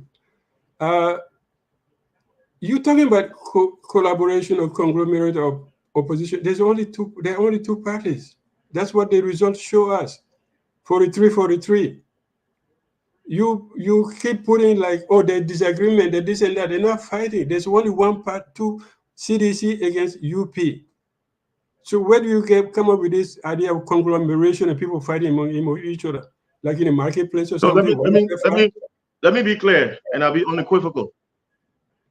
I said I was using the conglomeration of political parties in the opposition bloc, meaning the nomenclature is a collaboration, like Dennis spelled out. Now, but there are political parties. It's not a unity party alone. There are political parties that have formed that alliance or collaboration with the UP party. Like so when what? I'm speaking, which collaboration? Which party formed the collaboration you with? have the political party of Prince Johnson. They form a collaboration It's the with. same on the CDC side, right? That's what I'm saying. Both sides. No, you call CDC and then you call opposition collaboration. CDC is a collaboration of it should be CDC versus UP. That would be clear. CDC is also a conglomeration of political parties. Right, but you say CDC. But when it comes to UP, you say conglomeration of opposition. Okay, give me there's an acronym. Give me the definition of CDC. What CDC is? You portray the government one side, one party, and then you always talk about the opposition. You never say Unity Party or CPP. Or you always say because I'm making reference. I'm making reference to the nomenclature, to the group. But it's no conglomeration of political parties. Yes, conglomeration of political parties forming the opposition bloc. Conglomeration of political parties forming alliance and forming the ruling party bloc as well. There's no opposition bloc. There's no opposition bloc. You have political parties that form collaborations with the UP. It's not the UP alone. It's not the one with Prince Johnson. The CDC. So when I say CDC, more than Prince Johnson, that the other political parties. Right. You have that's an alliance. It's not a conglomeration. But let's leave that. I want to bring in our callers. So what you guys understand the word conglomeration? No, just to be fair, Honorable Greaves, is CDC versus Unity Party. Let's keep it that way. You asked me a specific question, and I was answering the question as you put forth. Conglomeration of political parties. Yega Koluba is now the vice campaign manager or of the campaign team, right? He's an independent candidate. He's not with any. He's not UP. He declined opposition. He didn't accept opposition. The alliances. I mean, we get a point. We get a point. He's an independent candidate. Right. He's not with other political parties. It's the way you make your case. We get a point. We know what you're talking about. But the way you present it that's what the optic is. That you're talking about CDC and opposition bloc, as if the two parties. Okay, anyway, thank you. If you give a definition of CDC, if you just tell me what CDC stands for, then you make the point for me. All right. CDC is not Congress for Democratic Change. No. Thank you. So going forward, we'll say the ruling party bloc and the opposition bloc. Maybe that will help clarify. CDC is not Congress for Democratic Change anymore. All right. Let me bring in our callers now. A lot of callers. Okay. I'm here, but I'm watching. I'm listening to it. Take notes. All right. The first caller is Tubman. Tubman, you are live. Go ahead, sir. Yeah, Dennis, thank you for allowing me to express my thought on the show. Can you hear me? Yes, sir. Yeah, okay. Yeah, thank you. Mr. Gilman, thank you so much. I was following you when you cover Mr. Weatherspoon case at the court. That was brilliantly done. Thank you so much for bringing that out to us. I follow you. I listened so well when you covered the issue with Mr. Weatherspoon at the court. Thank you. And I just have a question. I don't want to go into details with Mr. Weatherspoon case, his criminal act that he committed or whatever. But my question is it the restitution that he's going to pay is based on or the assets that is going to be taken from him? Is it based on the after the act, or was it things he had to declare his asset before the act was committed? Then Mr. Chevy, can you shed light on that? Well, what they are trying to recover is the stolen money. Yeah. The asset, is it before the act was committed, or They're following the money. They're following the money he stole from people. Where is the money? Bring it back. No, I'm talking about. No, we get a question, Dennis. We'll get a question. Yeah. I mean. Thank you. I got it. I'm not. I got one more point. Yeah, concerning the endorsement. Mm-hmm. Yeah, concerning the endorsement, I would agree with most of the panelists. I mean, endorsement, even though it has weight at this time, but I mean, a lot of people are making up their mind. I don't think some will be following the political leaders.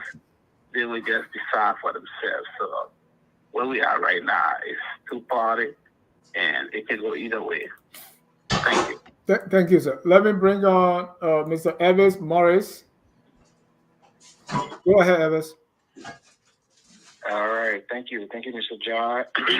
And hello to everybody on the panel. And excellent work, Mr. Gilman. You know, I saw your reporting live when you was reporting. Look, this whole Stanton thing, for me, I'm over it. I'm over it because the amount of people in the Liberian community that support Stanton is appalling. The hypocrisy of Stanton's actions it has failed to dawn on many Liberians. Even my own mom and myself was arguing about this situation. He's a Stanton supporter. And it was just kind of embarrassing to think that people say, well, but he did a lot of good. That he did that made a judge to go to have mercy on him, that it gave him less time. Can you imagine? The reality is, Liberian people love their own criminals. We see it in our tribal politics. We're seeing it here now. If he's on their side of the political divide, they will support him. They will even go to prayer warrior meetings for him. Look, Stanton is going to be a felon. Whether he spent 1 year in jail or 2 years or almost 3.5 years, he's a felon. What he did was a felony, and he's a felon in this country. He's on his platform and criticize the government, through speculation without any sustainable facts, and he make accusations and people tend to believe him, whereas he was actually committing those acts and has been found guilty of it. Look, he was doing that for the government too, Evans. So he was doing that for the government too and criticizing opposition, right? When you say opposition, he was working for the government. Yeah, he was working for government. Government and opposition. But the difference here is when he got caught doing what he did and he got indicted, the government distanced themselves from him. Mm-hmm. Unlike some desperados who are in there with him, having him raise money for their campaign. So the government did the right thing by putting a Tennessee pool between himself and Stanton Witherspoon. Right. The government just took the money somewhere else. That's all. Oh, Mr. John, please. Maybe if you're going to argue about it more. Go ahead. But no, the last point is the endorsements. I know people think everybody has made up their mind. Look, I hate to use the word or even use a tribe, but I find it, baffling that the ALCO would endorse Joseph Boyka.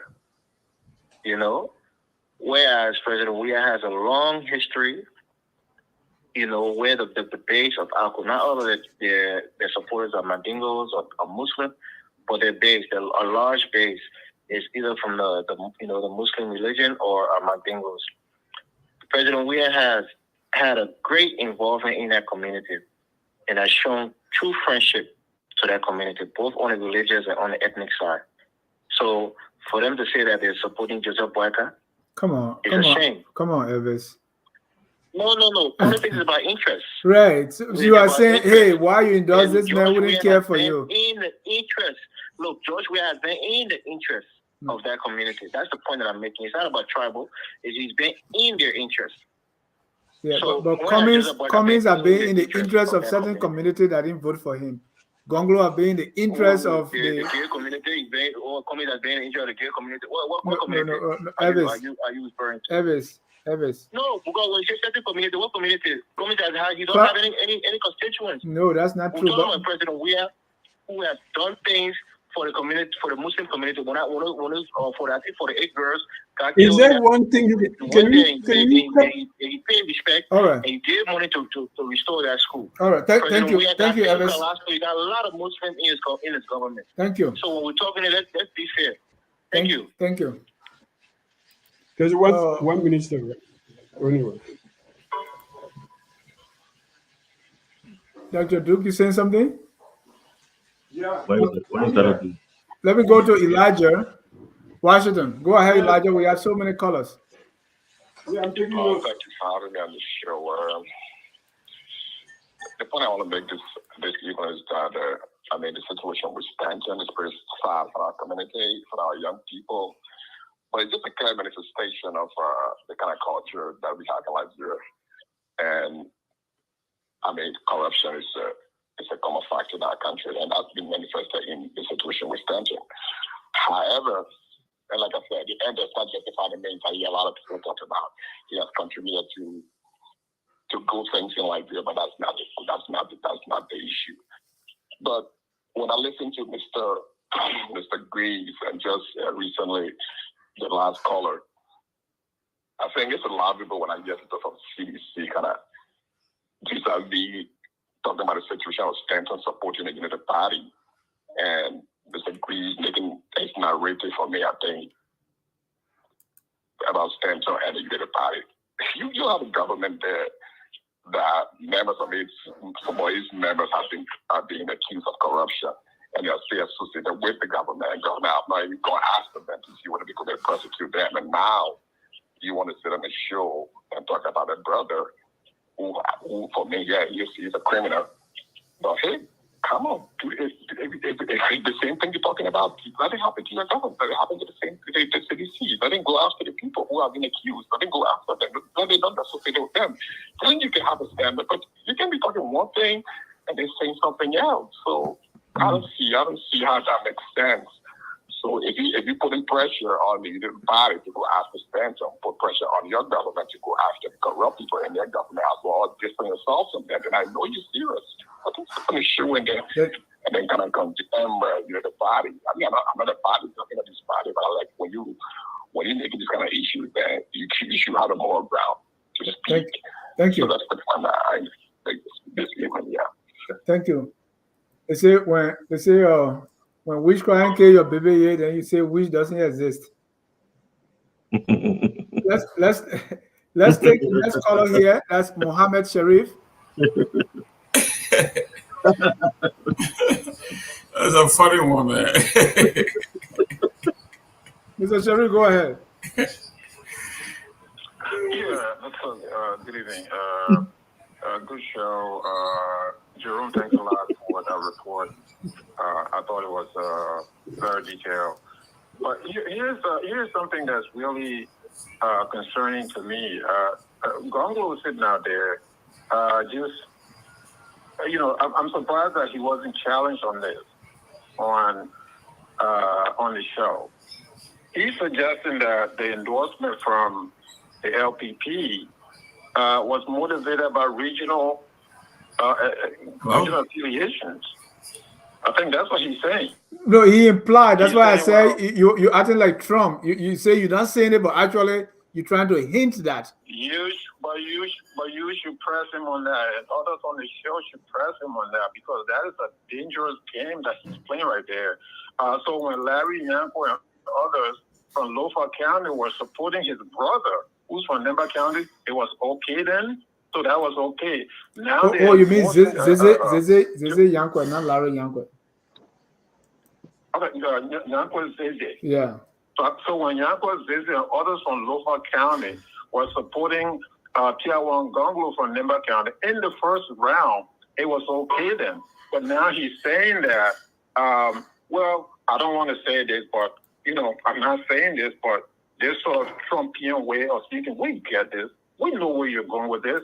So I'm surprised that the great intellectuals on this show didn't challenge his brother, who's always making these kind of dangerous, assessment on the show is very dangerous. It's tribalistic. We don't need it. And I'm surprised at Montgomery nowadays that the turn that he has taken 180, I should say, 360-degree turn, on his ideology. I mean, this is dangerous. This is tribal politics. So all of a sudden, Yanko Zeze is supporting Joseph Boakai, endorsed, motivated the LPP to endorse Joseph Boyka because he's from Norfolk County. Come on, I think he knows better, but it's just dangerous. I don't understand where he's coming from with all of this. Thank you, Commissioner. Let me take our next caller here, Prince Bagby. Yeah. Go ahead, Prince. That's correct. Yeah, I heard you saying something about the NEMA policy. The NEMA policy, like you said it right, is something deeper in there that we don't know. And they're trying to play it and trying to sweep it under the carpet here and trying to make it look like everything is okay. Like you see Larry Youngboy and Ela Gonglo Way, they are coming from somewhere with the whole policy thing in NEMA. Ela Gonglo went as a senator, and Prince Johnson stopped the lady from going as a senator, putting Jeremiah into the system. And now she's coming back now to make it look like she's not paying back, but I know definitely she's paying back. Larry is doing the same thing. So they shouldn't play around here to make it look like everything is okay in NEMA. So that's my point. Thank you. Calabo said all politics is local. I think that's what he was pointing at. Let me take Flomo Livingstone. Yeah, I mean, great show. Flomo Livingstone should not come on tonight. The biggest endorsement was the Unity Party receiving from the ARCO, the original ARCO. That's the biggest endorsement. You say original ARCO? I think the biggest endorsement came from the real original ARCO. I'm not talking about the one that said this, I know this, the franchise, whatever ARCO. I'm not talking about that. So the real ARCO endorsed Unity Party. That's the biggest one. And the senator from NEMA County that went against Prince Johnson, Yentuan, he just endorsed the UP, he campaigning there, and we have other major like the LPP, and we have other people who endorse the Unity Party. So even Yaka Paulman right now is in the Western region campaigning heavily for the Unity Party. So he's not going anywhere. So before, I agree, Yaka Paulman is not leaving. He's a major player in the campaign, and the campaign is moving on good. There's no wrestling in the opposition. The TDC has more wrestling because when Helen Costa ALP endorsed, he and his family endorsed the TDC.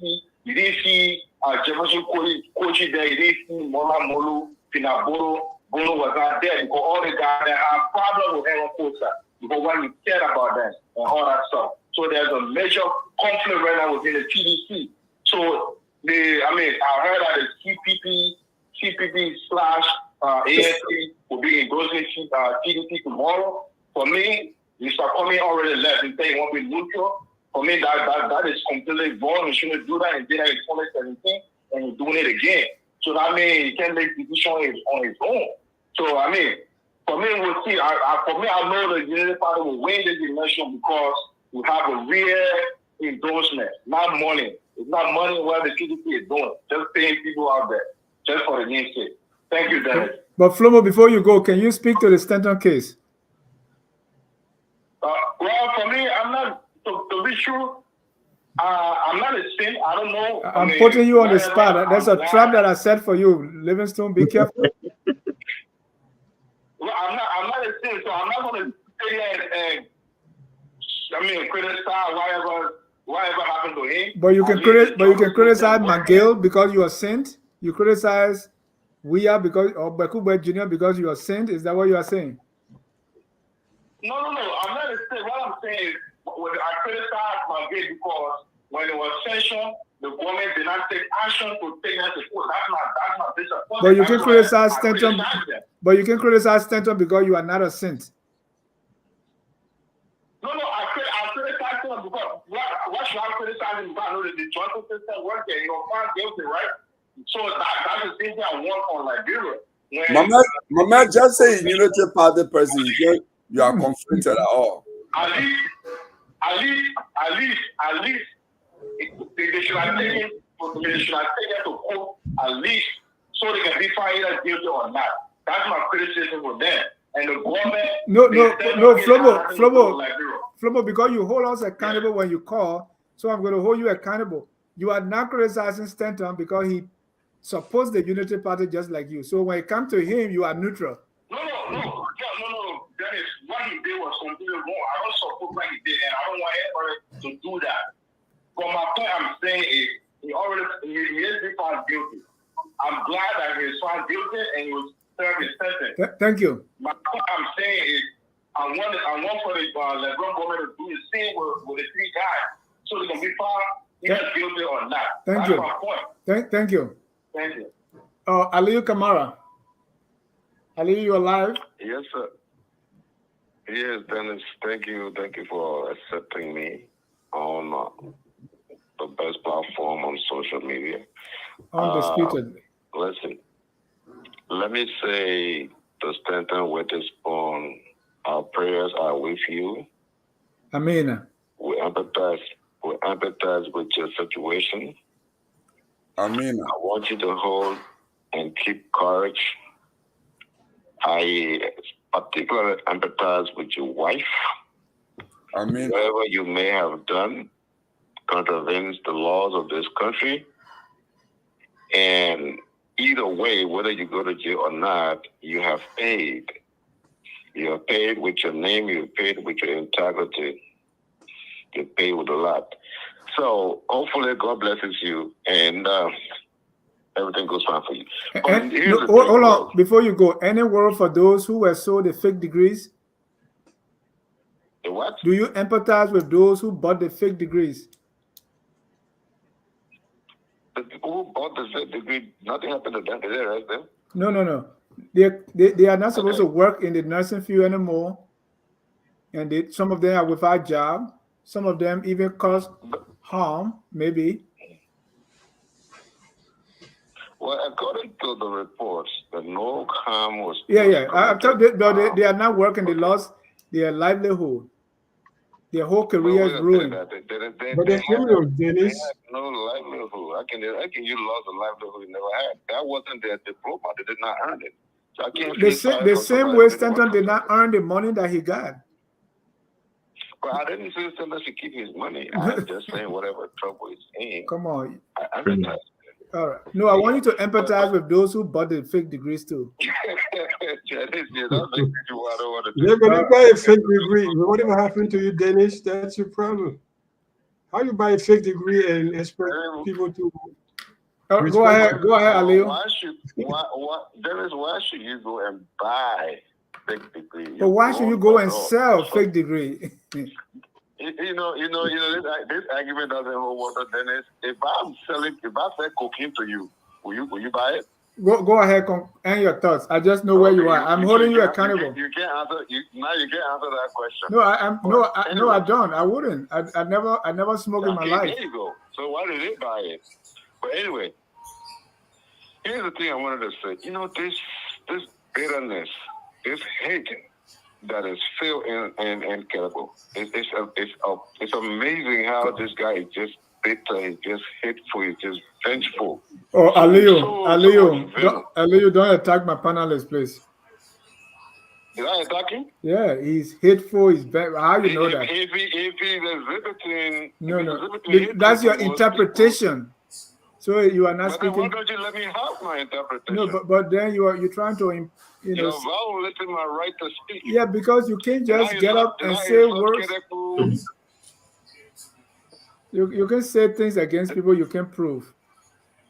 But then let the man challenge me. Then No, I will challenge you because I should provide that buffer, please. Let's be. Okay, ask me to prove it. But you can't censor me. I refuse that. However, this is what I would say. The whole thing that is going on in Nimbaka, that this man is just angry because Prince Johnson, quote unquote, denied his sister. Prince Johnson did not vote for all Nimbaye. Prince Johnson did not, in the initial stage, Prince Johnson did not support what the guy's name, Jeremiah Khan. All right? The people who voted for Jeremiah Khan are the people of Nimbaka. So if you got any grudge, hold it against those people. What I can assure you, though, is that Ida Government is a big sister. I can assure you that her presence in Nimba County for the CDC will make no significant impact. It will not affect the Unity Party.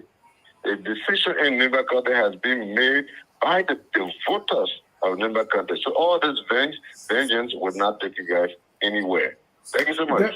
Thank you. Let me take our last caller here. That's David. David, your full name and where you calling from? Hello. Hello, sir. Yeah, can you hear me? Yes, sir. Okay, good evening to all of you. Mr. Gayman, thank you for a nice report. But I have a question for you. The first time Mr. Witherspoon appeared at that court, you were there, and you were there again today. What was your interest? I mean, are you serving as a journalist, or were you sent there by somebody to cover the story on the issue of Koluba? Mr. Koluba just bought, I think, 12 motorcycles the other day. It was the opposition party, that's UP, to go into the interior county. So there's no trouble there. He came back to, well, I can't say to his senses. He expressed how the board not respected him or appreciated what he was doing. But he's back with the team, and he bought about 12 motorbikes actually to help the people that are going to the interior of Liberia to be able to go that far. So that's it. So I hope the issue of Mr. Stanton will serve as a deterrent to other people. This is not Liberia where we do a whole lot of criminality, then it goes unpunished. Here in this country, and it's not taken lightly. Like Mr. Gibson said, in the federal system, you got even 5 months, 6 months. Why would the duration of your sentence is you're going to serve every bit of it? I heard this afternoon somebody was saying on a different station that, on good behavior, no. There's no good behavior in the federal prison system. It's only in the state prison system. For instance, the state of Florida, where if you behave well, they might cut you a slack. Yeah. But in the That's why you should watch Focus on Liberia. The other people don't tell the truth. Well, no, I know the truth. I'm just, that's the truth. I'm telling that there is no good behavior, in the state prison. Federal prison that happens only in the state prison. So, but we should all Liberians should learn from this kind of thing. We have a saying, cut your coat according to your measurement. Don't try to impress anybody, and especially when you're doing it in a criminal way. Anything you do, work hard for it. If it doesn't measure, don't try to behave in a foolish way. That's foolishness. But it's not only something that it affects all of us because it spoils the name of the Liberians. You see, people look at us as, that's not how we live. So let it serve as a deterrent to all of us. And I hope God bless him. That's true. We pray for him. I hope he comes out one of these days after he serves his sentence. Thank you very much for your program. I appreciate it. Thank you. And I also learned last night that there have been a lot of fraud committed by Liberians in the state of Texas. Welfare, food stamp fraud and all those kind of things. I mean, PPE. PPE. And what's going on? So, Mr. Jai. Yes, sir. We have a caller that couldn't get through the system for some reason. Can I put him on? Okay, sir. Okay. I have leniency. Yeah, that's it. Yes. Go ahead. You're on. Your name and where you calling from? This is Kev Hassan. How are you guys doing? Please give it a little more volume. Kev won't tell me he can call the line. He used to call it before. What happened? I tried the line, but I couldn't go access code. It couldn't go through. So I have some problems. But I don't want to straighten out some stuff I see you keep repeating. Stanton Witherspoon never supported the government. Not a day. Never. So I just want you to not misinform your audience, Mr. John. He never supported the government, not a day.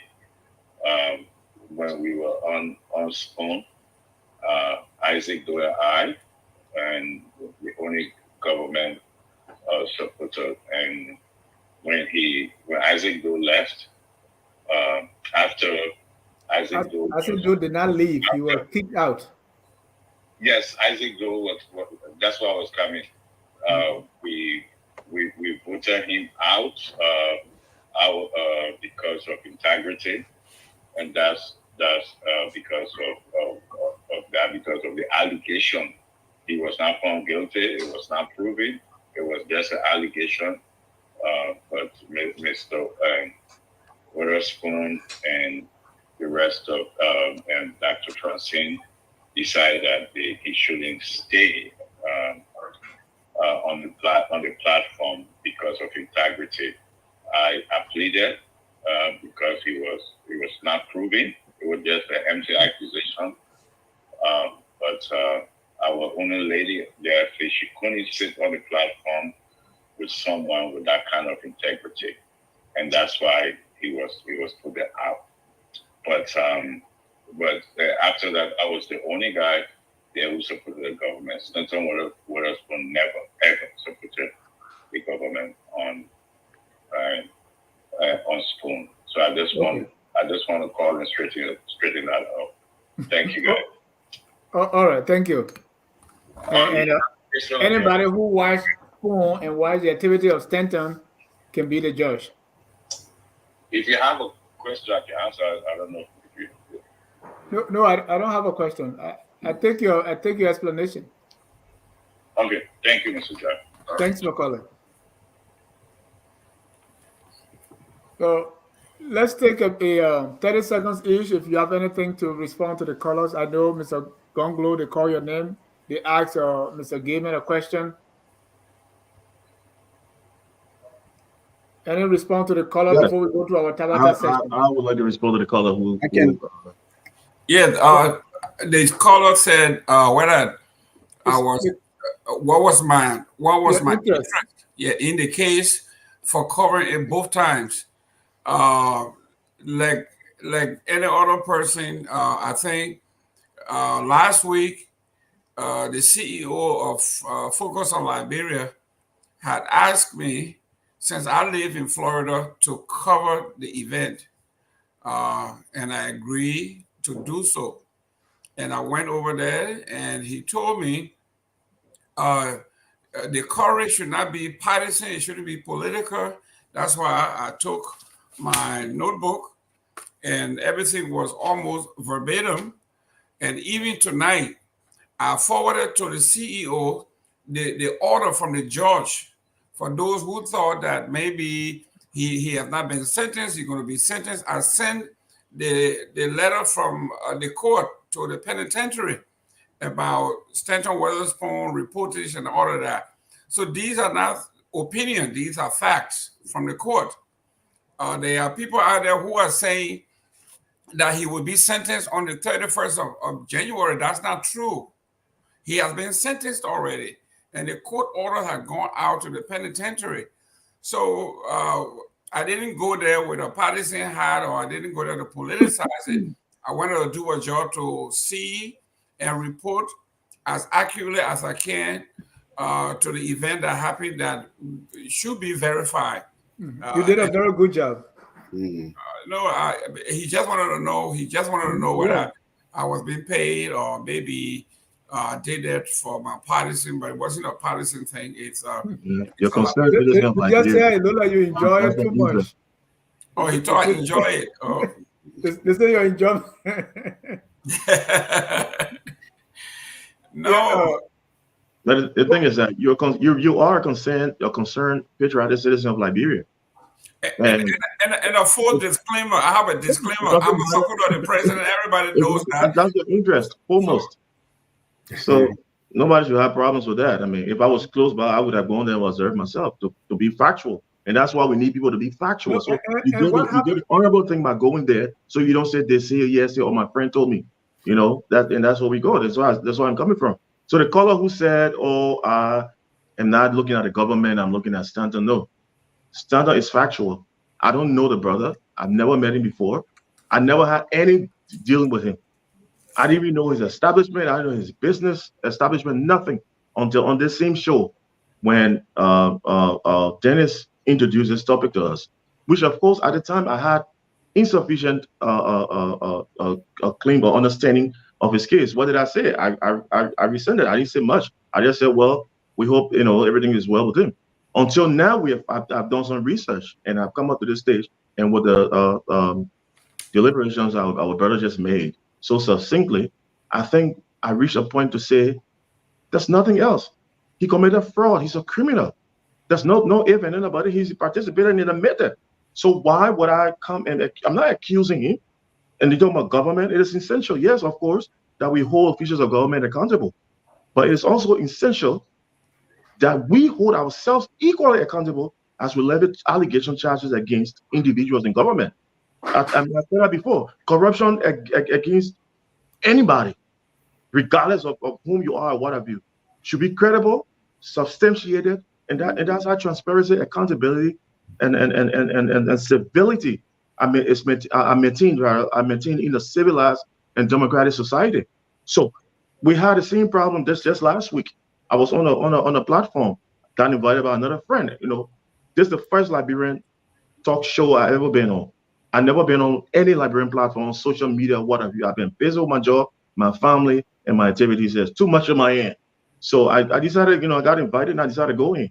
And one of the things we heard was a comparison between Stanton or somebody else again with this guy I'm not really fan of McGill.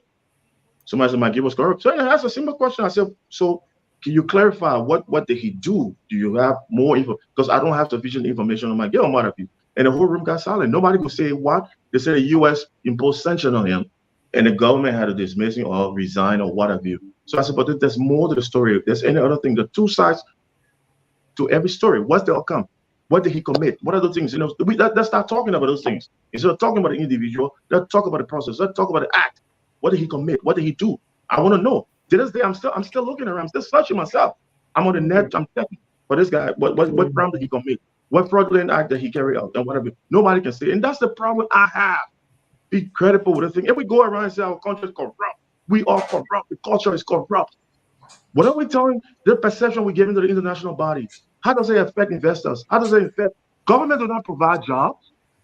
Government do not create jobs. It's the private sector that create jobs. There's no investors, no concessions that come to our country. So if we go on the platform, Transparency International came out and said our country is corrupt. The conclusion was based on what public perception. I don't want us to keep it too long.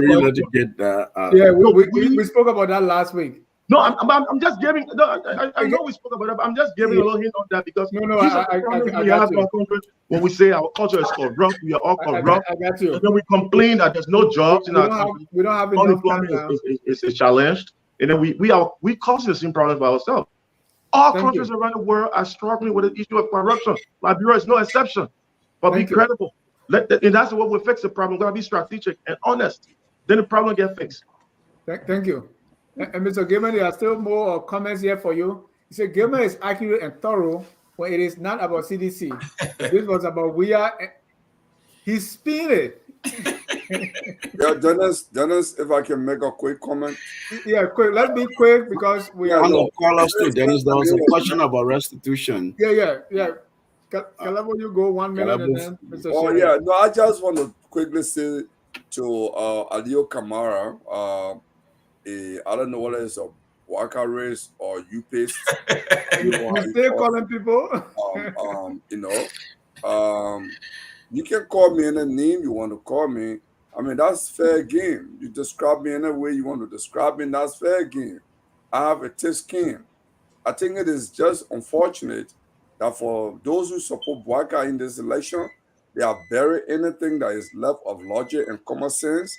That anyone who does not support Waka, it means you are selling your stomach. Unfortunately, in United Party, people have ceased to have stomach. So I don't know how to eat. Because when you go to WIA or you sympathetic to the WIA, then you're selling your belly. You are better driven. But that's fine. But the fact is, I don't understand some of the guys who say, "Oh, Madam Way got no involved in Nima." If you say the woman got no relevance, then you should be clapping that we has got no way in Nima, you know. And for me, I love that kind of mindset, you know. November 14, we settle this case. That's all. I rest my case. Thank you, Mr. Salif. You Yes. know, you say you people can't eat.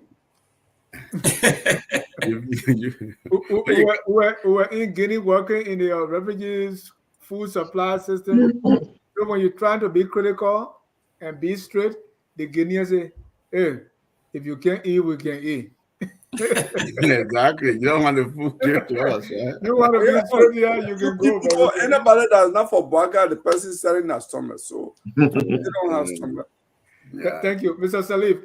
The kind of politics that we should go away from the acrimonial. And so I think the caller's question was, what are the restitution as part of the conviction order was, it comes from the illegally ill-gotten, acquired property, or Mr. Stanton's Wetterson's own money or own resources.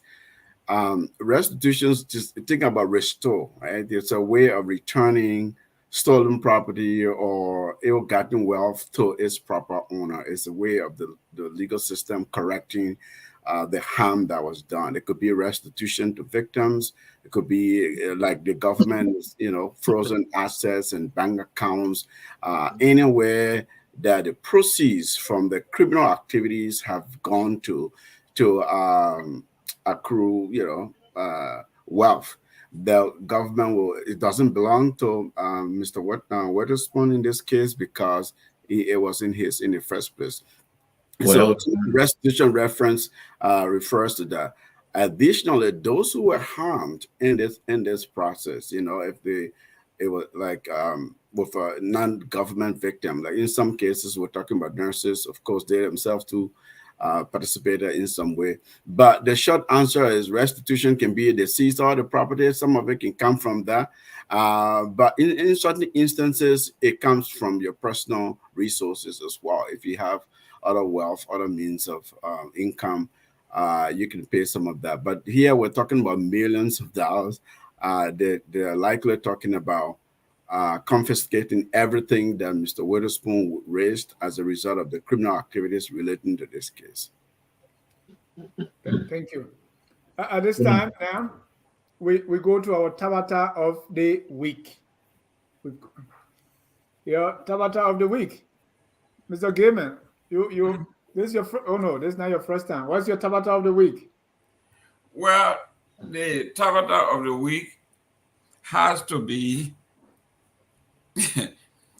a friend of mine who says that, and you just talked about it, that Nathaniel McGill that I support is a criminal, and the Republic of Liberia failed to persecute him. So then I asked him, I say, I've been hearing this from a huge group. There's a larger audience out there for this. I said, could you tell me what crime did Mr. McGill commit in Liberia for which the Liberian government refused to persecute him? He said, there's nothing but the United States say he's corrupt, so he has to be persecuted for corruption. That mindset in itself is a bigger tabata. Either it is political people who willfully know that what they have said is not true, or they are just ignorant. I think it's the biggest tabata out there. Thank you. Mr. Salih, what's your tabata of the week? I don't know. The one is not coming to me readily. Maybe go around the room while you come back. Let me go to Honorable Grips. My topic of the week is the fact that Liberians are very much involved. They're resilient. They have a proclivity of hard work, and they are willing to establish for themselves the better leader, the best leader that would lead them through and create the opportunities necessary for them. And they are jubilant and they're happy for this process.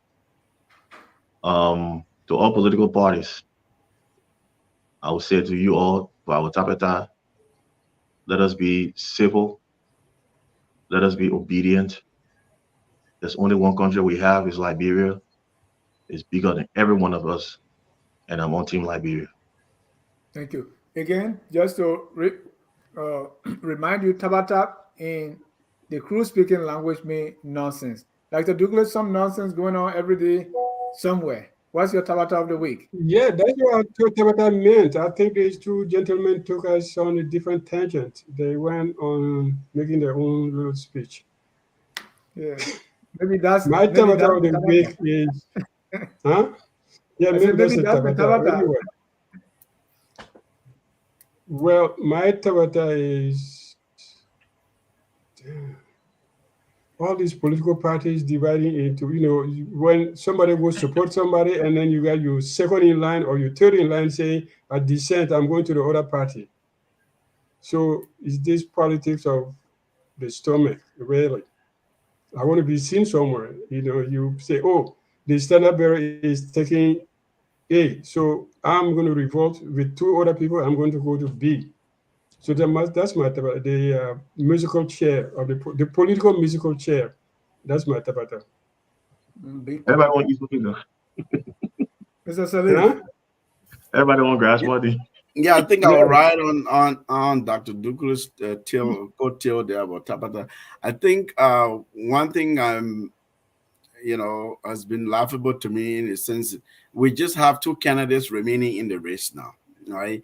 And as Liberians, you vote, you don't support one or the other. So if your relative or your fellow partisan, someone a group of political party supports the other candidate, I don't think that should be the basis of such anger and vitriol. Some of what we're seeing, we're hearing, and I think yes, it's a competitive environment, it's a competitive contest here.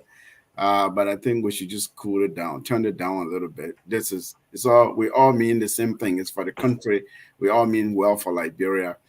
So I think people who are making statements now, they will not speak to this other person, issuing insults and things like that. That's complete Tabata to me.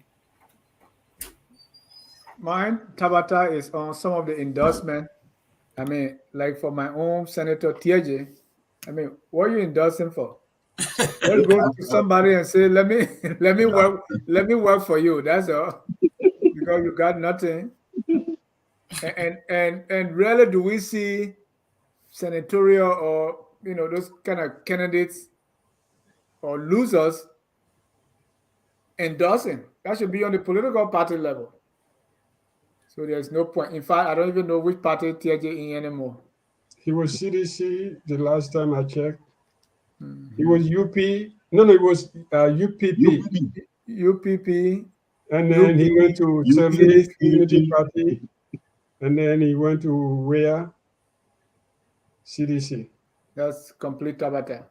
So from Livingstone say my Tabata is most politicians are ballot driven. Of course, my Tabata is who will divide cola after runoff. Moses Ma Richardson. I think the biggest Tabata of the week is the fact that McGill committed no crimes against the people, but the president had to let him go. From my Tabata is Honorable Grease don't know what is Tabata. That's a nice one. Keep your Tabata coming. That's a nice one. This one is not Tabata, is picking on Gonglo. Well, gentlemen, thank you for the night. At this time, we're going to go around the room for your closing. I really appreciate your time. Thank you so much for spending Thursday night with us on Tough Talking. Mr. Gaiman, your closing. Yes, I like when I was in real estate school, there's a terminology I know the legal mindset they call moral turpitude. I was in a courtroom today and I printed out all the character letters even though the judge didn't even acknowledge them because the judge know that these things basically worth nothing. But my people that I have worked with, people who are adamant, that consider themselves champions of anti-corruption, people who hates anything that has to do with anything that harms the public, the people, corruption, all of these people, to see them in here saying, even the United States people in the courtroom, they admitted that this guy, these people have done irreparable harm to the system. And when we left the court, one of the prosecutors says, we're not even contemplating or even thinking about the civil lawsuit that will follow after we are done with him.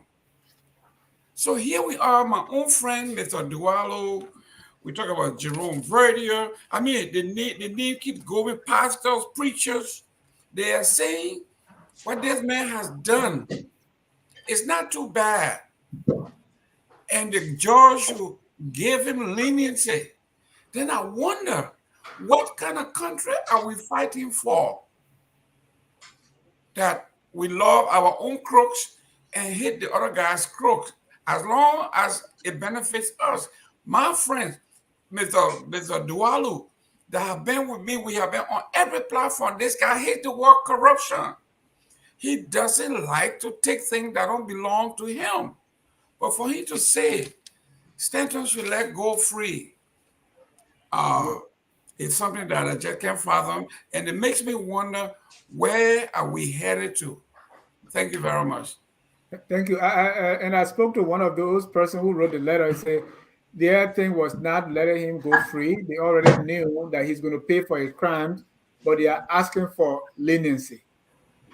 So instead of 20 years, give us something less because we care about him. He's a friend. He's a brother. I spoke to one of them, and that's where he said they were coming from. Honorable Graves, you're closing. Well, Dennis, I just want to thank you again and thank our platform guest, the fellow panelist, for this opportunity on Tough Talking, where we can come and give our tough reflections and perspective on issues critically as they may stand. It's good for our society. It's good for all of us. We can have free mind, free thoughts, and thought-provoking as well. The balance of this is that we should be patriotic as we claim or as we profess to be in our actions. Liberia is the one common denominator. We got no other place to go. Yes, we might come in these foreign countries and abroad and other places. It's just a refuge. And we find ourselves back on our land where we are established. There's nothing better that can serve us. There's nothing better that can be our future for us and our generation to come. But our culture, our place, where we're from. Corruption is ubiquitous globally. Every country is struggling with that, and Liberia is no exception. But let's be credible. Let us stop, putting our own country down, because every time we do this, we hurt ourselves. Investors, we need jobs. We need employment. We challenge with us unemployment, underemployment. Government cannot create jobs. The investors have to go there. We need concessions. We need people to look at Liberia, and we stigmatize ourselves as bad. I'm just begging. Whoever is the president, if the situation is bad, we will talk it. If it's the hurdles that are created by other external means, we should say it. We still suffer repercussions from COVID. Every country still suffers. Even the United States of America, the great economic power in the world, just got deficit of 2.2 trillion. Deficit one fiscal year, 1 year alone, with all the stimulus packages that were divided, dispersed here and there. The money was borrowed. We don't have the means to do that in Liberia. I was buying pre-COVID. I was buying gasoline $1 change. Now I'm buying it $5. We still haven't reset yet. groceries, all those. I don't even want to go there. You can just go on and on and on. So it's not unique to only Liberia. It's everywhere. So this is the time that we should really hold our country. We have come far. We have made all the sacrifices. We have come so far. And it's very critical right now, especially this election period, how we cross this breach. And I'm so hopeful with the faith in God that we will cross it. Amen. We should go back to those days where we hold allegiance, hold our heart. Because there's a saying, and I will close on this saying. If the hole in your heart the size of God, and God is not filling that hole, something else is going to fit it. Thank you. Dr. Dugley, your closing, sir. Well, I want to thank you for this discussion and thank Jake Gaiman for his good reporting. It was interesting to listen to. And my position has been from the beginning on this issue, hey, the guy committed crimes, he's going to pay for it. We pray for him, we don't pray for him, that's his problem. He was part of the government, he's no longer part of the government, so people are divided. I don't care for either case. It's not really my problem. Really, these are things that I don't really take into account. You commit a crime, they catch you, you pay for it. And for me, that's it. I don't care. Is that political? It's not political. That's not my problem. Because now people will see him for what he is. If they believe in him. And then the other thing that I probably won't put on for 30 seconds is that, we could all be on different platforms and be, loudmouth and, talk. But I think we come here mostly because this is the most, I would say, very independent, platform where you could totally free your mind and talk about issues without thinking that somebody's putting you into a box or somebody trying to categorize you as being part of something. And I think as we get close to the election, people get hyper and they try to, I think we should avoid that. Even today, this discussion about Stanton has become like, we want to find out if you're going to condemn him or not, as if it matters. It doesn't really matter. The guy committed a crime. Don't ask me to take a position. If I don't condemn him, that means I'm Unity Party. If I condemn him, then I'm CDC. We, building these blocks around ourselves, but that's not this platform. This platform is independent thinking, where you blow your brains out, you come up with ideas, nobody thinking. You're not being categorized. You're not being categorized as Mandingo, Jula, or this and that. No, we are here as intellectuals. And that's why we appreciate to be here. So I was taken aback. This is not the first time that Mr. Gongolo said that. The first time he said it, when I said Prince Johnson has no reason to talk about death, guns, everything in the same sentence. And he came up, he said, you see, even one of their own people said it, and I let it go. But I reported to his brother. I said, your brother make this kind of comment all the time. He doesn't know how long I know Gongolo. My daughter was speaking. The third name she knew after my mama and papa was Baby T. Baby T was Gongolo's daughter. She was 1 year old. That's how close we were. And we still talk every day. Anyway, thank you for the great show.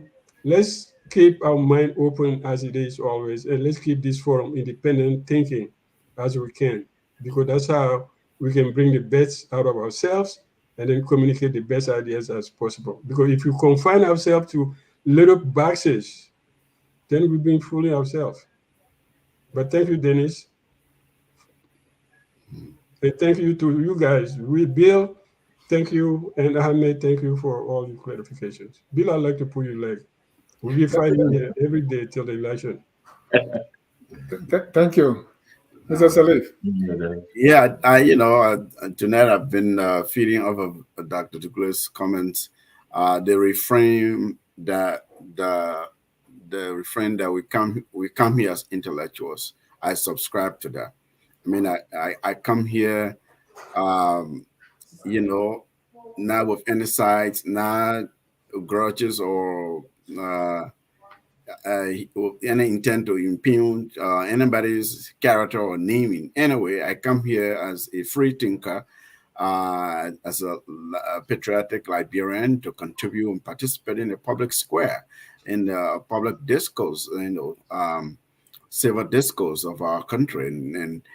But I realized that, this is media.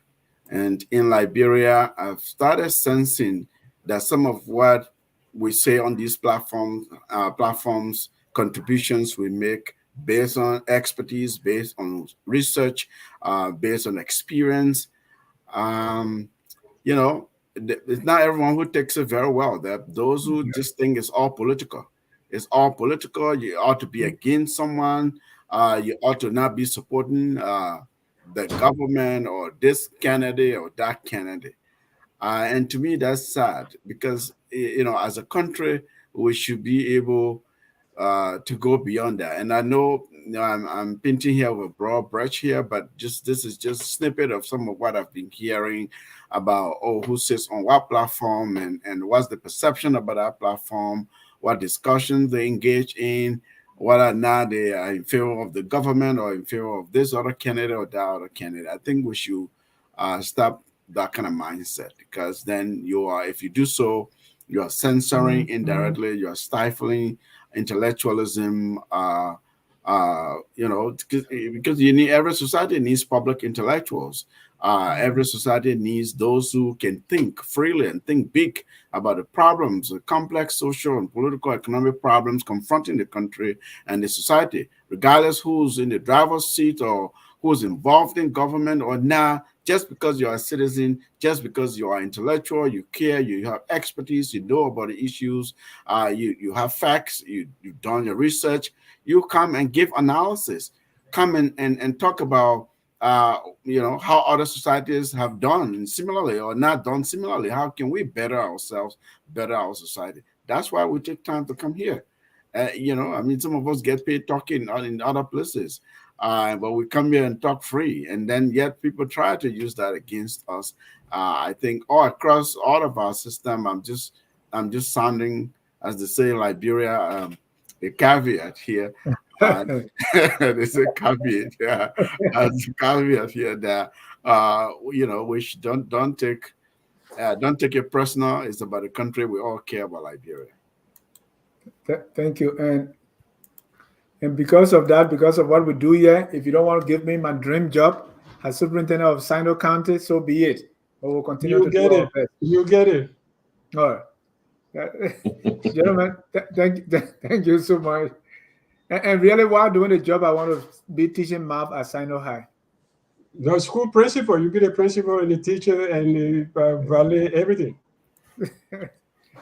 Thank you so much for the time. I want to thank our viewers.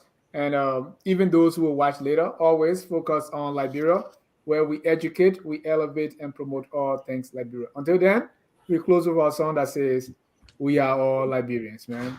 Don't put anybody in the box. We are all Liberians. Have a good night. We are Liberians. Liberia is our home. Liberian people.